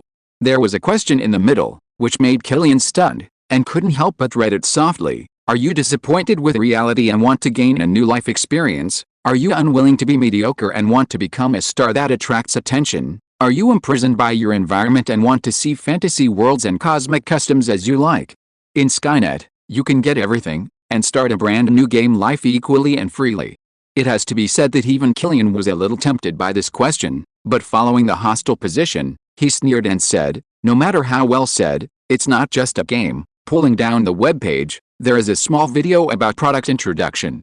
Killian clicked to play, and the video showed a 3-dimensional product model in the style of a technological helmet, rotating 360 degrees, and accompanied by a mechanically cold voice explanation. Today in 2009, Stark Industries broke through advanced technology such as the human body and information, and produced a holographic VR helmet that can transmit the human body's 5 sense centers and simulate hormones. Through this holographic VR helmet, players can surf the internet and interact with a virtual world. Skynet, get connected, get rid of the shackles of the human body, and come to a new world to realize the experience. Virtual world. Is this really just a game? Killian's palms trembled slightly, and with an ominous premonition in his heart, he pulled the webpage to the bottom. It was about the pre-sale of holographic VR helmets. The pre-sale price is, US dollars, which is enough to buy a good car in the current era, and Skynet is only open to the New York City area for the time being. However, the number of pre-sales of holographic VR helmets has already exceeded 10 in less than 10 minutes since it was released, and the number is still increasing rapidly. Chapter 371: Entering Skynet. On the outskirts of New York, a hidden retro villa in a birch forest squeaked. 2 bodyguards wearing sunglasses pushed the door in, holding 2 well-packed, square boxes with Stark Industries manufacturing logo on the cover. as well as a series of small printed explanations in English. As soon as they entered the hall and took off their coats, one of them reported loudly to Killian, who was sitting in the hall, "Boss, we finally bought it back. We got 2 of them. Why have you been here for so long?" "It's been almost half a day." Killian looked gloomy and uncertain, looked at the 2 of them coldly, and subconsciously shifted his eyes to the outer packaging of the product. "Hey, forget it," the headed bodyguard sighed, wiped the hot sweat from his forehead, put the box on the table, and explained full of grievances. "Boss, you didn't go to the downtown area of New York, especially to Stark Industries on the main road over there. Pedestrians and vehicles almost blocked the streets and roads, and people frantically lined up a kilometer-long queue like madmen, just to buy this holographic VR helmet." Another bodyguard seconded, "Yes, the 2 things we got were bought from a scalper with an extra $2,000. I heard that not only New York, but also many people from nearby cities and other countries came to New York on purpose, just to try out this so-called cross-century platform Skynet game. The whole New York City is boiling. Now go out, no matter who is talking about Skynet and holographic VR." The 2 bodyguards chatted with each other. Their words were full of curiosity and excitement, and they danced and chatted more and more vigorously. When they noticed that Killian's face next to him was getting uglier, they shut their mouths wisely. "Correct your attitudes. I don't believe that a mere kid can make a cross-age technological product from scratch and put it into mass production and sales in just 3 or 4 days. Killian reprimanded them, pointed to a box, and motioned to a bodyguard. "You, take it to the scientific research room in the basement, and let the staff disassemble and scan it." "Demolition." The bodyguard heard the words. His tone was full of reluctance and regret. "Why, do you still want to play?" Killian raised his head. His anger was on the verge of erupting. I'll go right away." The bodyguard shivered, picked up the box in both hands, and ran to the basement. Only then did Killian's face soften a little. He looked at the boxes on the table, raised his chin, and ordered to the remaining bodyguard, "Open them." "Okay, boss." The bodyguard moved quickly, took out a pocket knife from his trouser pocket, and removed the packing box with 3 or 2 strokes, revealing a helmet-shaped item with a black and gold background inside. The whole body of the holographic VR helmet is made of aluminum metal and tempered glass, and the semicircular arc shape is a full-scale assembly line. No matter how demanding Killian was, he couldn't help praising him secretly at this time. At least from the appearance alone, it felt like it was worth the money. "How to operate it specifically? Can it be enough to wear it?" Killian asked thoughtfully. The bodyguard held the manual in his hand, read it and said, "Boss, it's written on it. Currently, Skynet only covers New York City. As long as you are anywhere in New York, power on the holographic VR helmet device. Put it on your head and say start connect command to connect to Skynet." Killian waved to the blonde beauty not far away, and 2 beauties immediately stepped forward to power on the holographic VR helmet for him. After the green light of the holographic VR helmet was ready to be used, Killian was about to put it on when the bodyguard suddenly reminded him, "Boss, the first time you enter Skynet through the holographic VR helmet, there will be a scan and analysis of the user's body. Users need to pass the real name authentication of the ID number to register the only Skynet account they have for life." "Do you think I have only one identity?" Killian snorted coldly, without pausing for a moment, put the VR helmet on his head with both hands, and leaned back on the leather chair half sitting and half lying. "Start connecting." After registering a Skynet account with a false identity and creating a customized character, Killian's consciousness transferred to a mysterious and unknown place. At first, there was silence, and the field of vision was full of dazzling light. Gradually, many noisy sounds came to the ears, and soon even the eyes could vaguely see a vague and strange figure flashing past his body. Killian rubbed his eyes subconsciously, and when he opened them again, he froze and placed dumbfounded. Obviously in the real world, his body was still lying on the chair in the hall of the villa, but at this moment, he was clearly in another vast and magnificent place. Behind it is a tall and giant beam of light from a building, from which shadows flicker constantly, and then come out either strange-looking giants, orcs, aliens, or beautiful movie elves, stars, and stunning people. There are even some anime-style characters appearing. These are the character avatars carefully selected and created by the players. Looking out of Killian, a series of transparent rainbow bridges run in all directions, with lawn fountains, paradise gardens, and savannas underneath. The sky is a bright galaxy and an upside-down sea. On the other side of the rainbow bridge is the pyramid civilization that once appeared in movies and novels, floating sky fortress, Ultra Century Future City, Cosmic Fortress Battleship, etc. Fairy tales, myths, two-dimensional and other fantasy elements are integrated into one, shining brilliantly, and looking around are scenes and things that should only exist in dreams. Sir, get out of the way. A one-eyed man accidentally bumped Killian's shoulder, turned around and said something, and ran towards a rainbow bridge excitedly.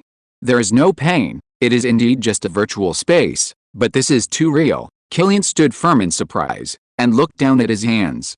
The character he created was a tall, mighty and strong man, and his appearance were not far from a bodyguard in reality.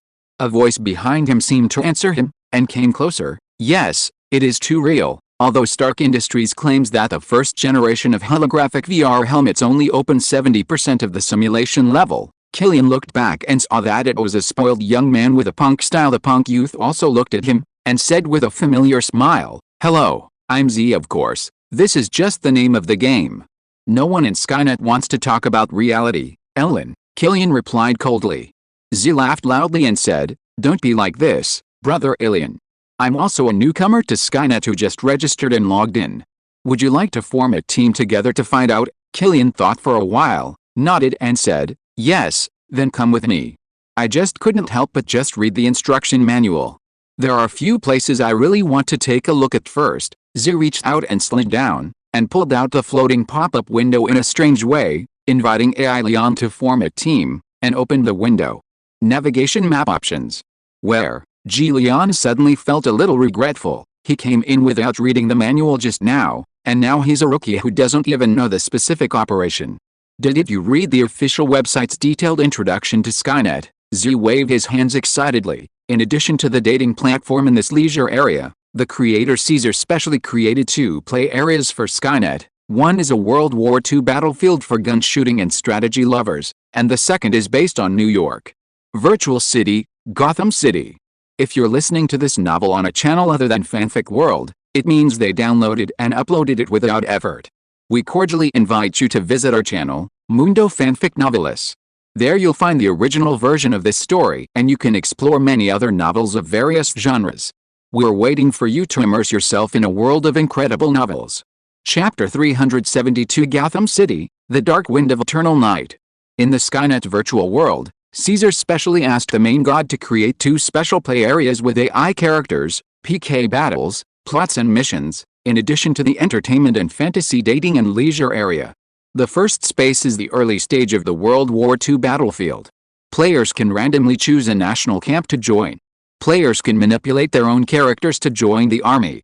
After rigorous training and assessment of recruits, they follow the highly realistic intelligent AI troops, and use the retro strategic weapons at that time to devote themselves to the two major world battlefields in Europe and the Pacific. The war map in the virtual world may move towards a future that is completely different from reality due to the participation of players. Here, Caesar specially set up a game egg. Players can join the Hydra organization, but once they join, they will not be able to leave. The system will also issue rewards and hunting tasks to players from all other camps.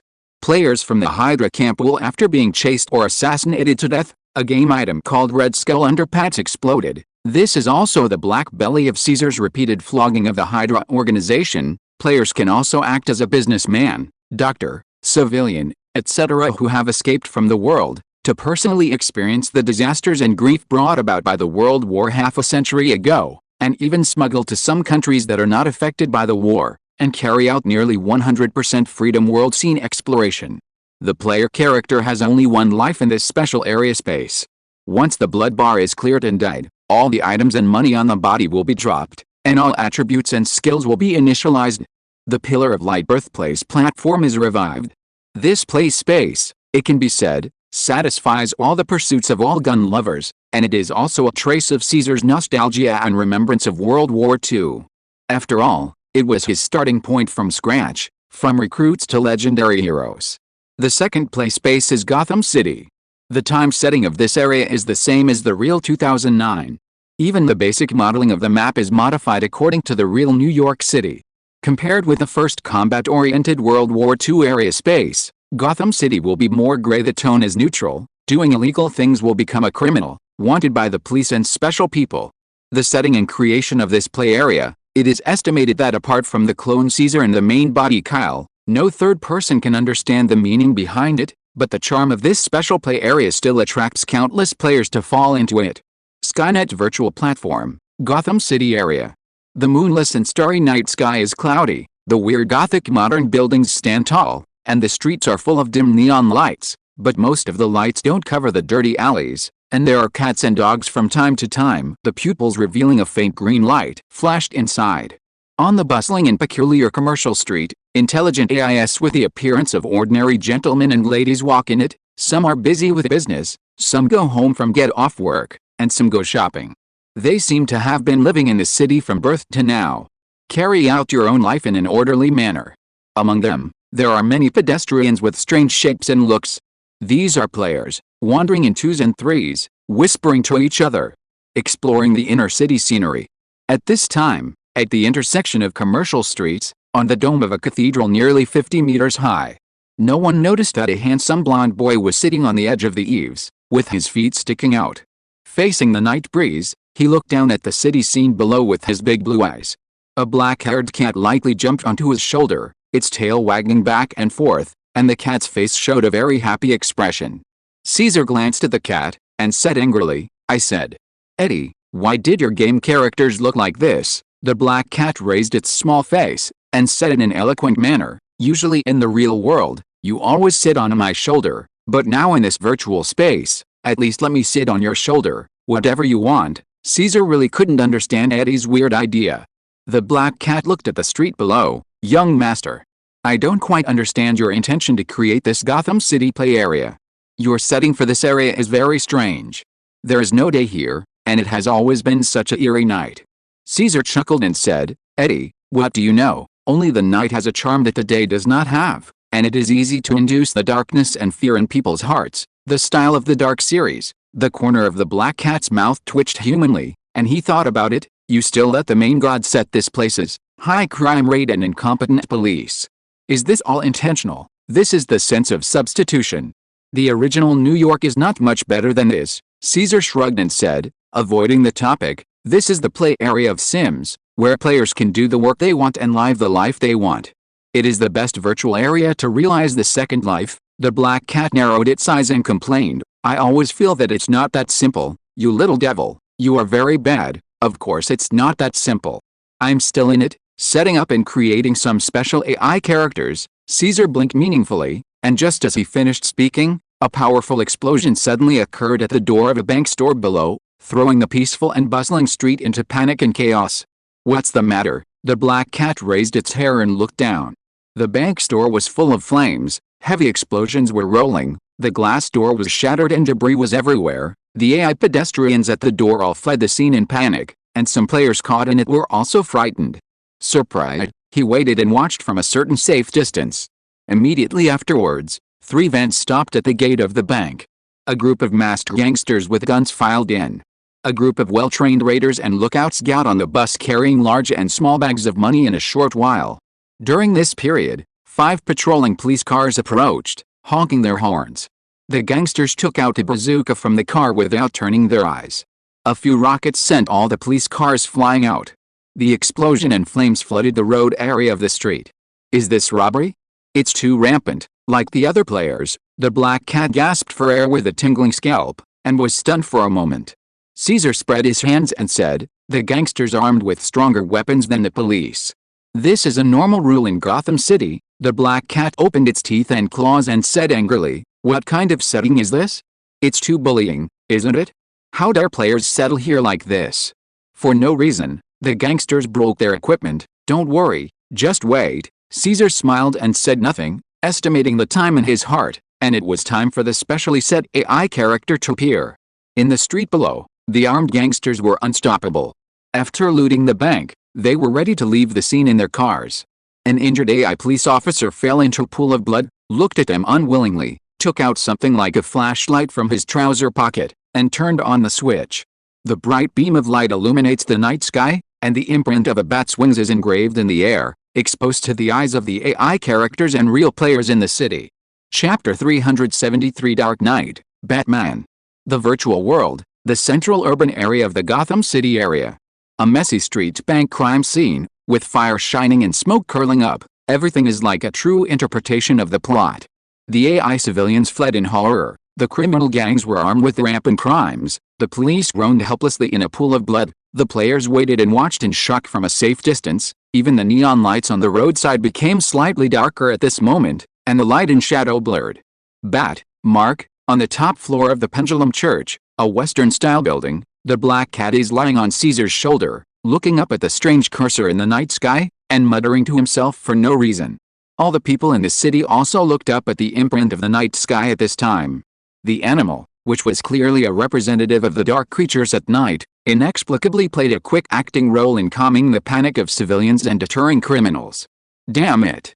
That guy is coming soon. Give me a drive and get out of here. Seeing this, the masked crime boss roared ferociously, showing a look of fear, waved his arms, and beckoned his accomplices to sit back in the modified van. At the same time, players within 1 kilometer of the area all received a branch mission message in unison. Option, trigger a temporary task, prevent terrorists from escaping. As a good citizen of Gotham City, you should stop all unjust evil forces, even at the risk of sacrificing your life at any time. Task requirements, rely on your own strength to prevent the terrorists from escaping, and delay the time as much as possible.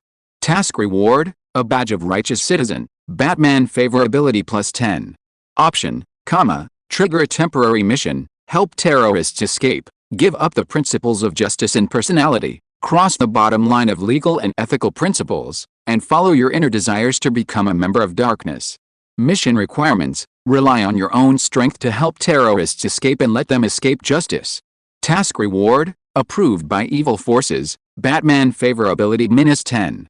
The black cat stared dumbfounded at the pop-up window of the system, and looked sideways at Caesar. Your mission was intentional. 2. Where there is justice, there will naturally be evil.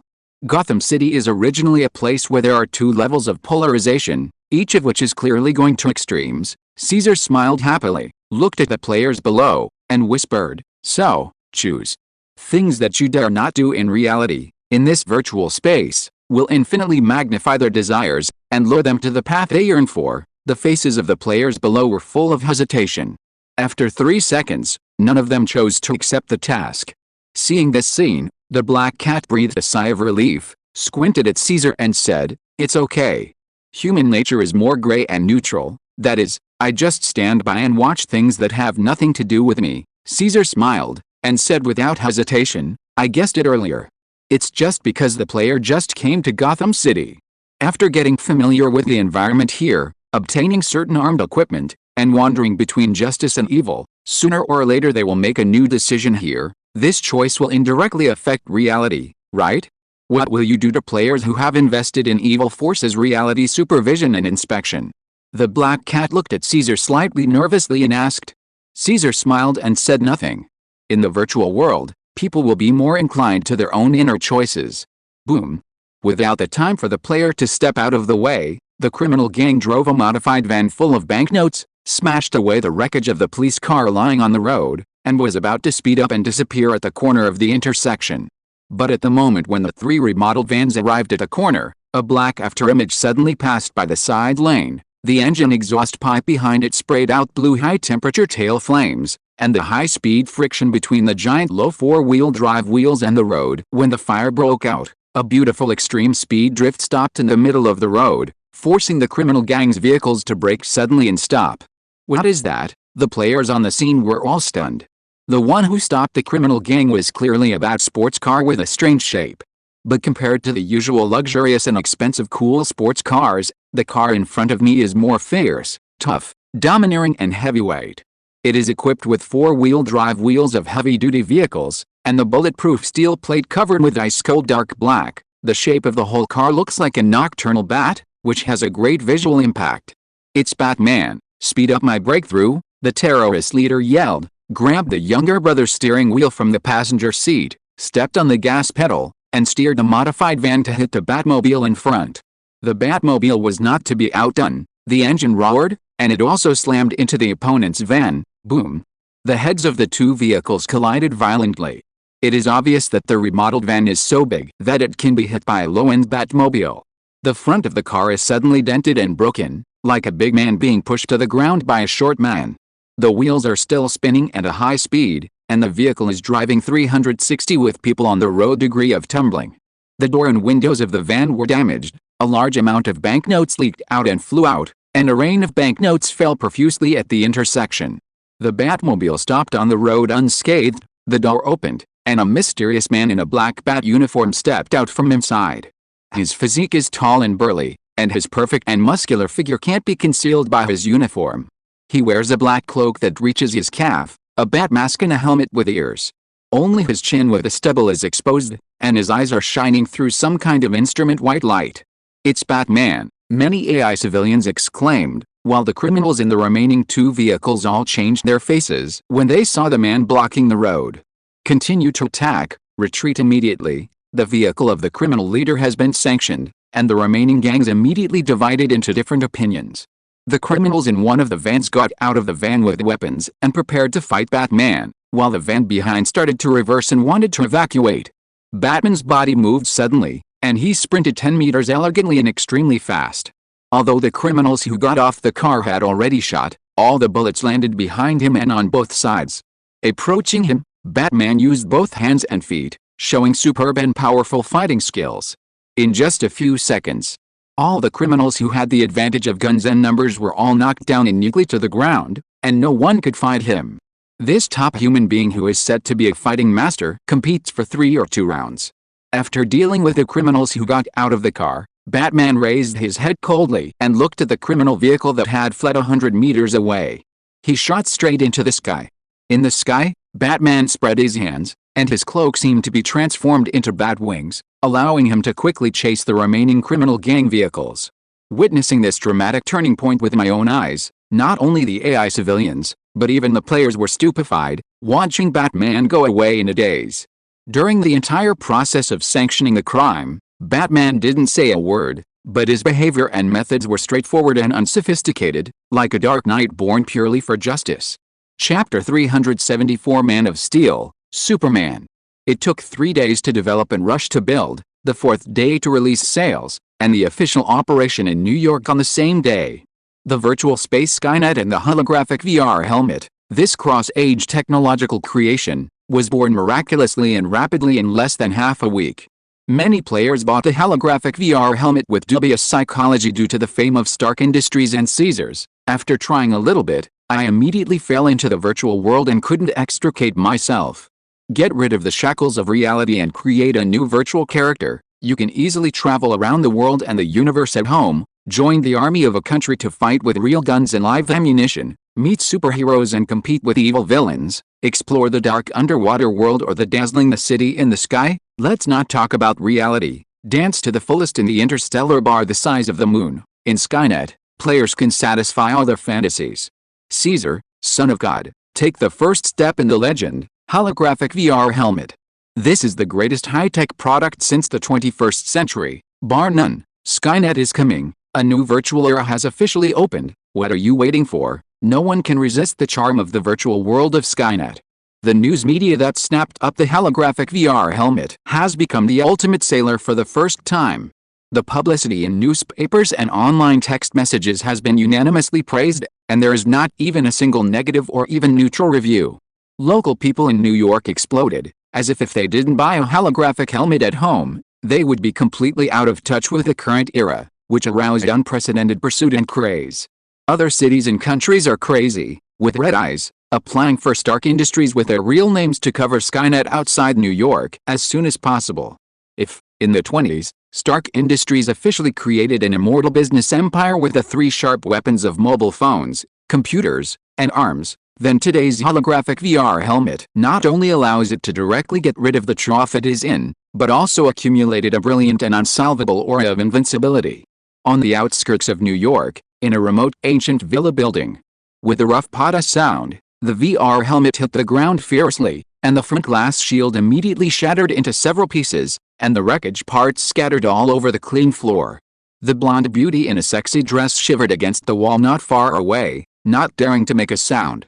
The big bodyguard looked at the wreckage on the ground with a bit of distress, looked at Killian, who was in a state of rage, and asked cautiously, "Boss, what should we do now?" We made Stark Industries fall into trough with great difficulty before. Negative. The news is full of news, and now it is given by this newly released technology product. You don't need to tell me, I know it too. Killian gritted his teeth and clenched his fists, full of unwillingness. After knowing Skynet himself, he knew that the previous plots and actions against Stark Industries had been completely scrapped. Too powerless. This sense of powerlessness caused by the gap in their abilities had been taught to him by Tony Stark 20 years ago unexpectedly. Today, 20 years later, he who developed the ultimate creature, who thought he was at the pinnacle of the biological field, ended up being taught again by a child less than 1 year old.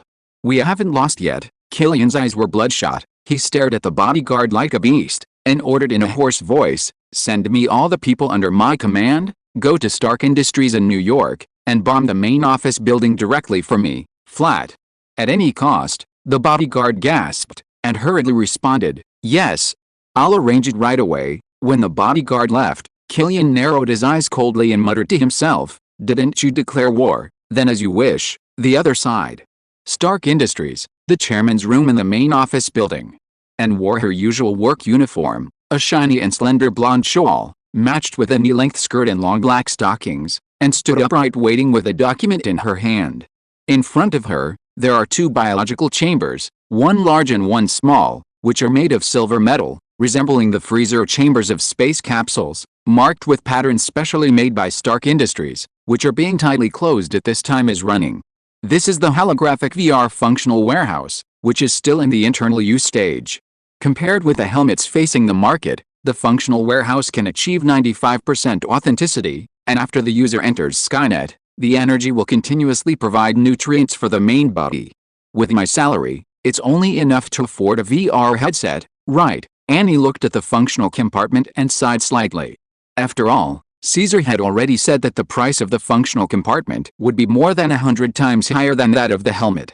Click, the 2 functional compartments beeped, and then the doors of the compartments rose, revealing Caesar and Eddie lying inside respectively. Both of them were wearing only casual shorts. Their upper body was naked, and the body was lingering with a white shell. Annie didn't make a sound and waited patiently. After a few seconds, Caesar and Eddie opened their eyes and got up sleepily from the cabin. "Wow, why are you here?" When Eddie saw Anne standing in front of the warehouse, he was startled and covered his important parts hastily with both hands. "Oh, Anne. I let her act as my personal secretary, who has the authority to enter the chairman's office." Caesar was not surprised. His body was suspended. The whole person got out of the cabin, and stretched in the midair of the room. "I've seen everything I need to see, so what are you covering?" Annie spat, then stopped talking to Eddie, picked up the small blouse, stepped forward, and warmly put it on for Caesar. "Dude. How about I help you dress?" Toxin giggled strangely, stretched out a black tentacle, and dangled back and forth in front of Eddie's eyes.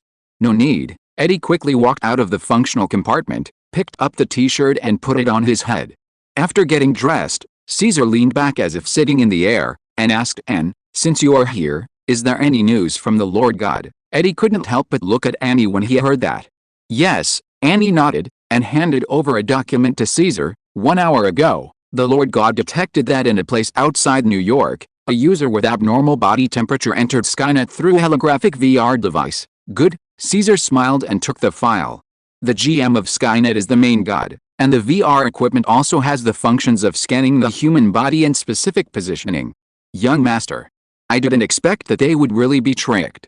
I thought they would wait until tomorrow or the day after tomorrow," Eddie said happily and surprised. Caesar crossed his arms and said firmly, "If their goal is Stark Industries, then as soon as the holographic VR comes out, they will definitely try to buy it as soon as possible." Eddie took the words, clenched his fists, and proudly said, "After knowing that Stark Industries can't be prevented from getting out of the predicament, their primary goal is no longer Stark Industries and Miss Potts, but directly transfer to the young master on you. Young Master Caesar, aren't you in danger now?" Annie's hair stood on end, and she looked at Caesar with a little worry. The corners of Caesar's mouth curled up slightly, but he didn't answer the question. Eddie also smiled, looked at Caesar, and said playfully, "Young master, when do you think they will attack you?" Just as Caesar was about to speak, his ears moved slightly, and he looked sideways out of the window, his gaze reaching 10 miles away in an instant. Caesar narrowed his eyes slightly. "They have already arrived." Batman maintains order in the virtual Gotham City, and it's time for Superman in reality to take off in New York. Chapter 375 The Enemy Attacks. Coming, hearing Caesar's inexplicable words, Annie still didn't react in a daze. Eddie seemed to be shaking, and also looked towards the floor-to-ceiling windows of the office, and suddenly noticed something and shouted, "Toxin, understood, it is a fatal danger to humans, put on the mask quickly." The moment the slightly hoarse sound of the toxin sounded, Eddie's body immediately overflowed with a linear black liquid. The toxin body wrapped his body's surface at a speed visible to the naked eye, and then rapidly expanded to form a complete and tough shell for fighting. About half a second, Eddie turned into a tall and burly dark monster, staring at a pair of narrow and fierce big white eyes. The bursting muscles and ferocious tattoos are shocking, but it also makes the petite and exquisite Annie next to him an unspeakable sense of stability at the same time. Caesar was suspended in the air in the office, calmly staring at the blue sky outside the window, where a scorching white wave swept across the sky at supersonic speed, crossed countless high-rise buildings in the blink of an eye, and went straight to the office of Stark Industrial Lord where they were. Lou hit. That, what the hell is that? Anne's eyes widened in surprise, and the blurry outline of a missile head was reflected in her beautiful pupils. In a panic, she could only cover her open mouth with both hands, and her thin and delicate body kept retreating against the wall, trembling with fear. Position, until there is no way to retreat. Facing the attack of this high-end thermal weapon, human beings have no choice but to wait for death. "Don't worry, I'm here." Eddie suddenly let out a low growl, and assumed a posture ready to run. His feet suddenly started to run, and the explosion was so powerful that even the floor in place was smashed. He rushed a few steps quickly and violently, approaching when it was near the window. It started to accelerate again and jumped. Dang bang. Eddie smashed through the floor-to-ceiling windows, and his extraordinary sprint and jump made him feel like he had rocket equipment installed on his back. He passed a distance of 50 meters in the sky at the same level as the horizon. His palm-shaped hands spread out, revealing his strong chest underneath. Just like this, hugged the missile bear that was attacking from afar at extreme speed. He seemed to use his body to intercept the missile, so as to prevent the Stark Industrial Building from receiving this devastating blow. No, seeing this suicidal scene, Annie yelled, but in the next moment, her yell was completely crushed by a sound wave hundreds of times louder. Boom! The thunderous explosion resounded over half of New York City, and the local people in New York looked up in horror to see that a group of explosion clouds glowed in the sky directly in front of Stark's office building, and the frantic energy circled like the waves spread out inch by inch like ripples.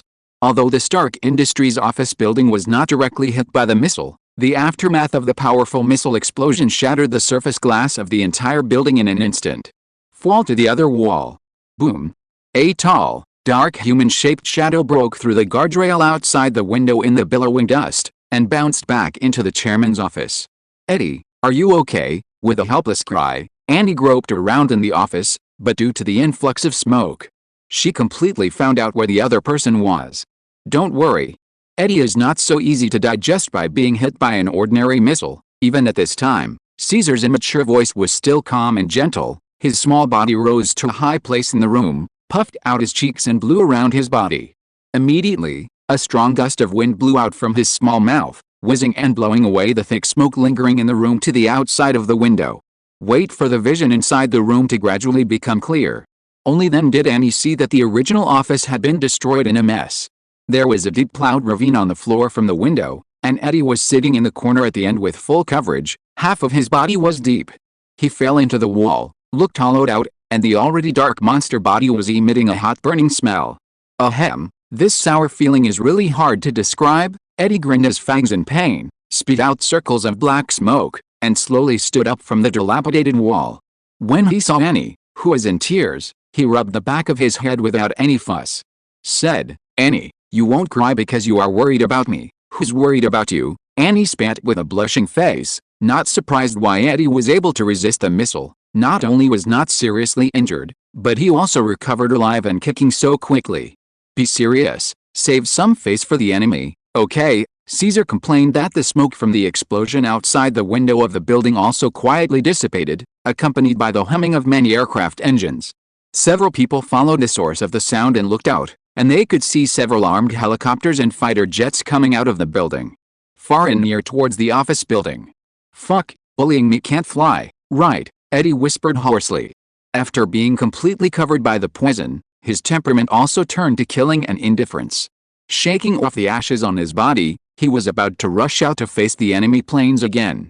Okay, wait a minute. Caesar waved his hand to stop him, and said angrily, aerial combat is not your strong point, so you can stay and protect Annie. But, just as Eddie was about to say something, Caesar interrupted him. It's nothing. Okay then. Eddie was extremely helpless. He had no choice but to turn around in frustration, and hugged the petite Anne with a pair of thick arms. The combination of the two had a sense of Beauty and the Beast.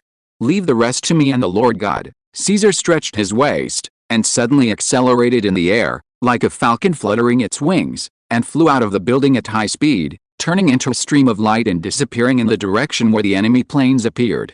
Annie was shocked again, watching Caesar's small figure go away, raised her head and asked Eddie nervously, Eddie, what should we do now? If something happens to the young master, it's hard to get out of the trough. The Stark Industries of the era will also be finished, Eddie grinned and said with emotion, believe in the young master.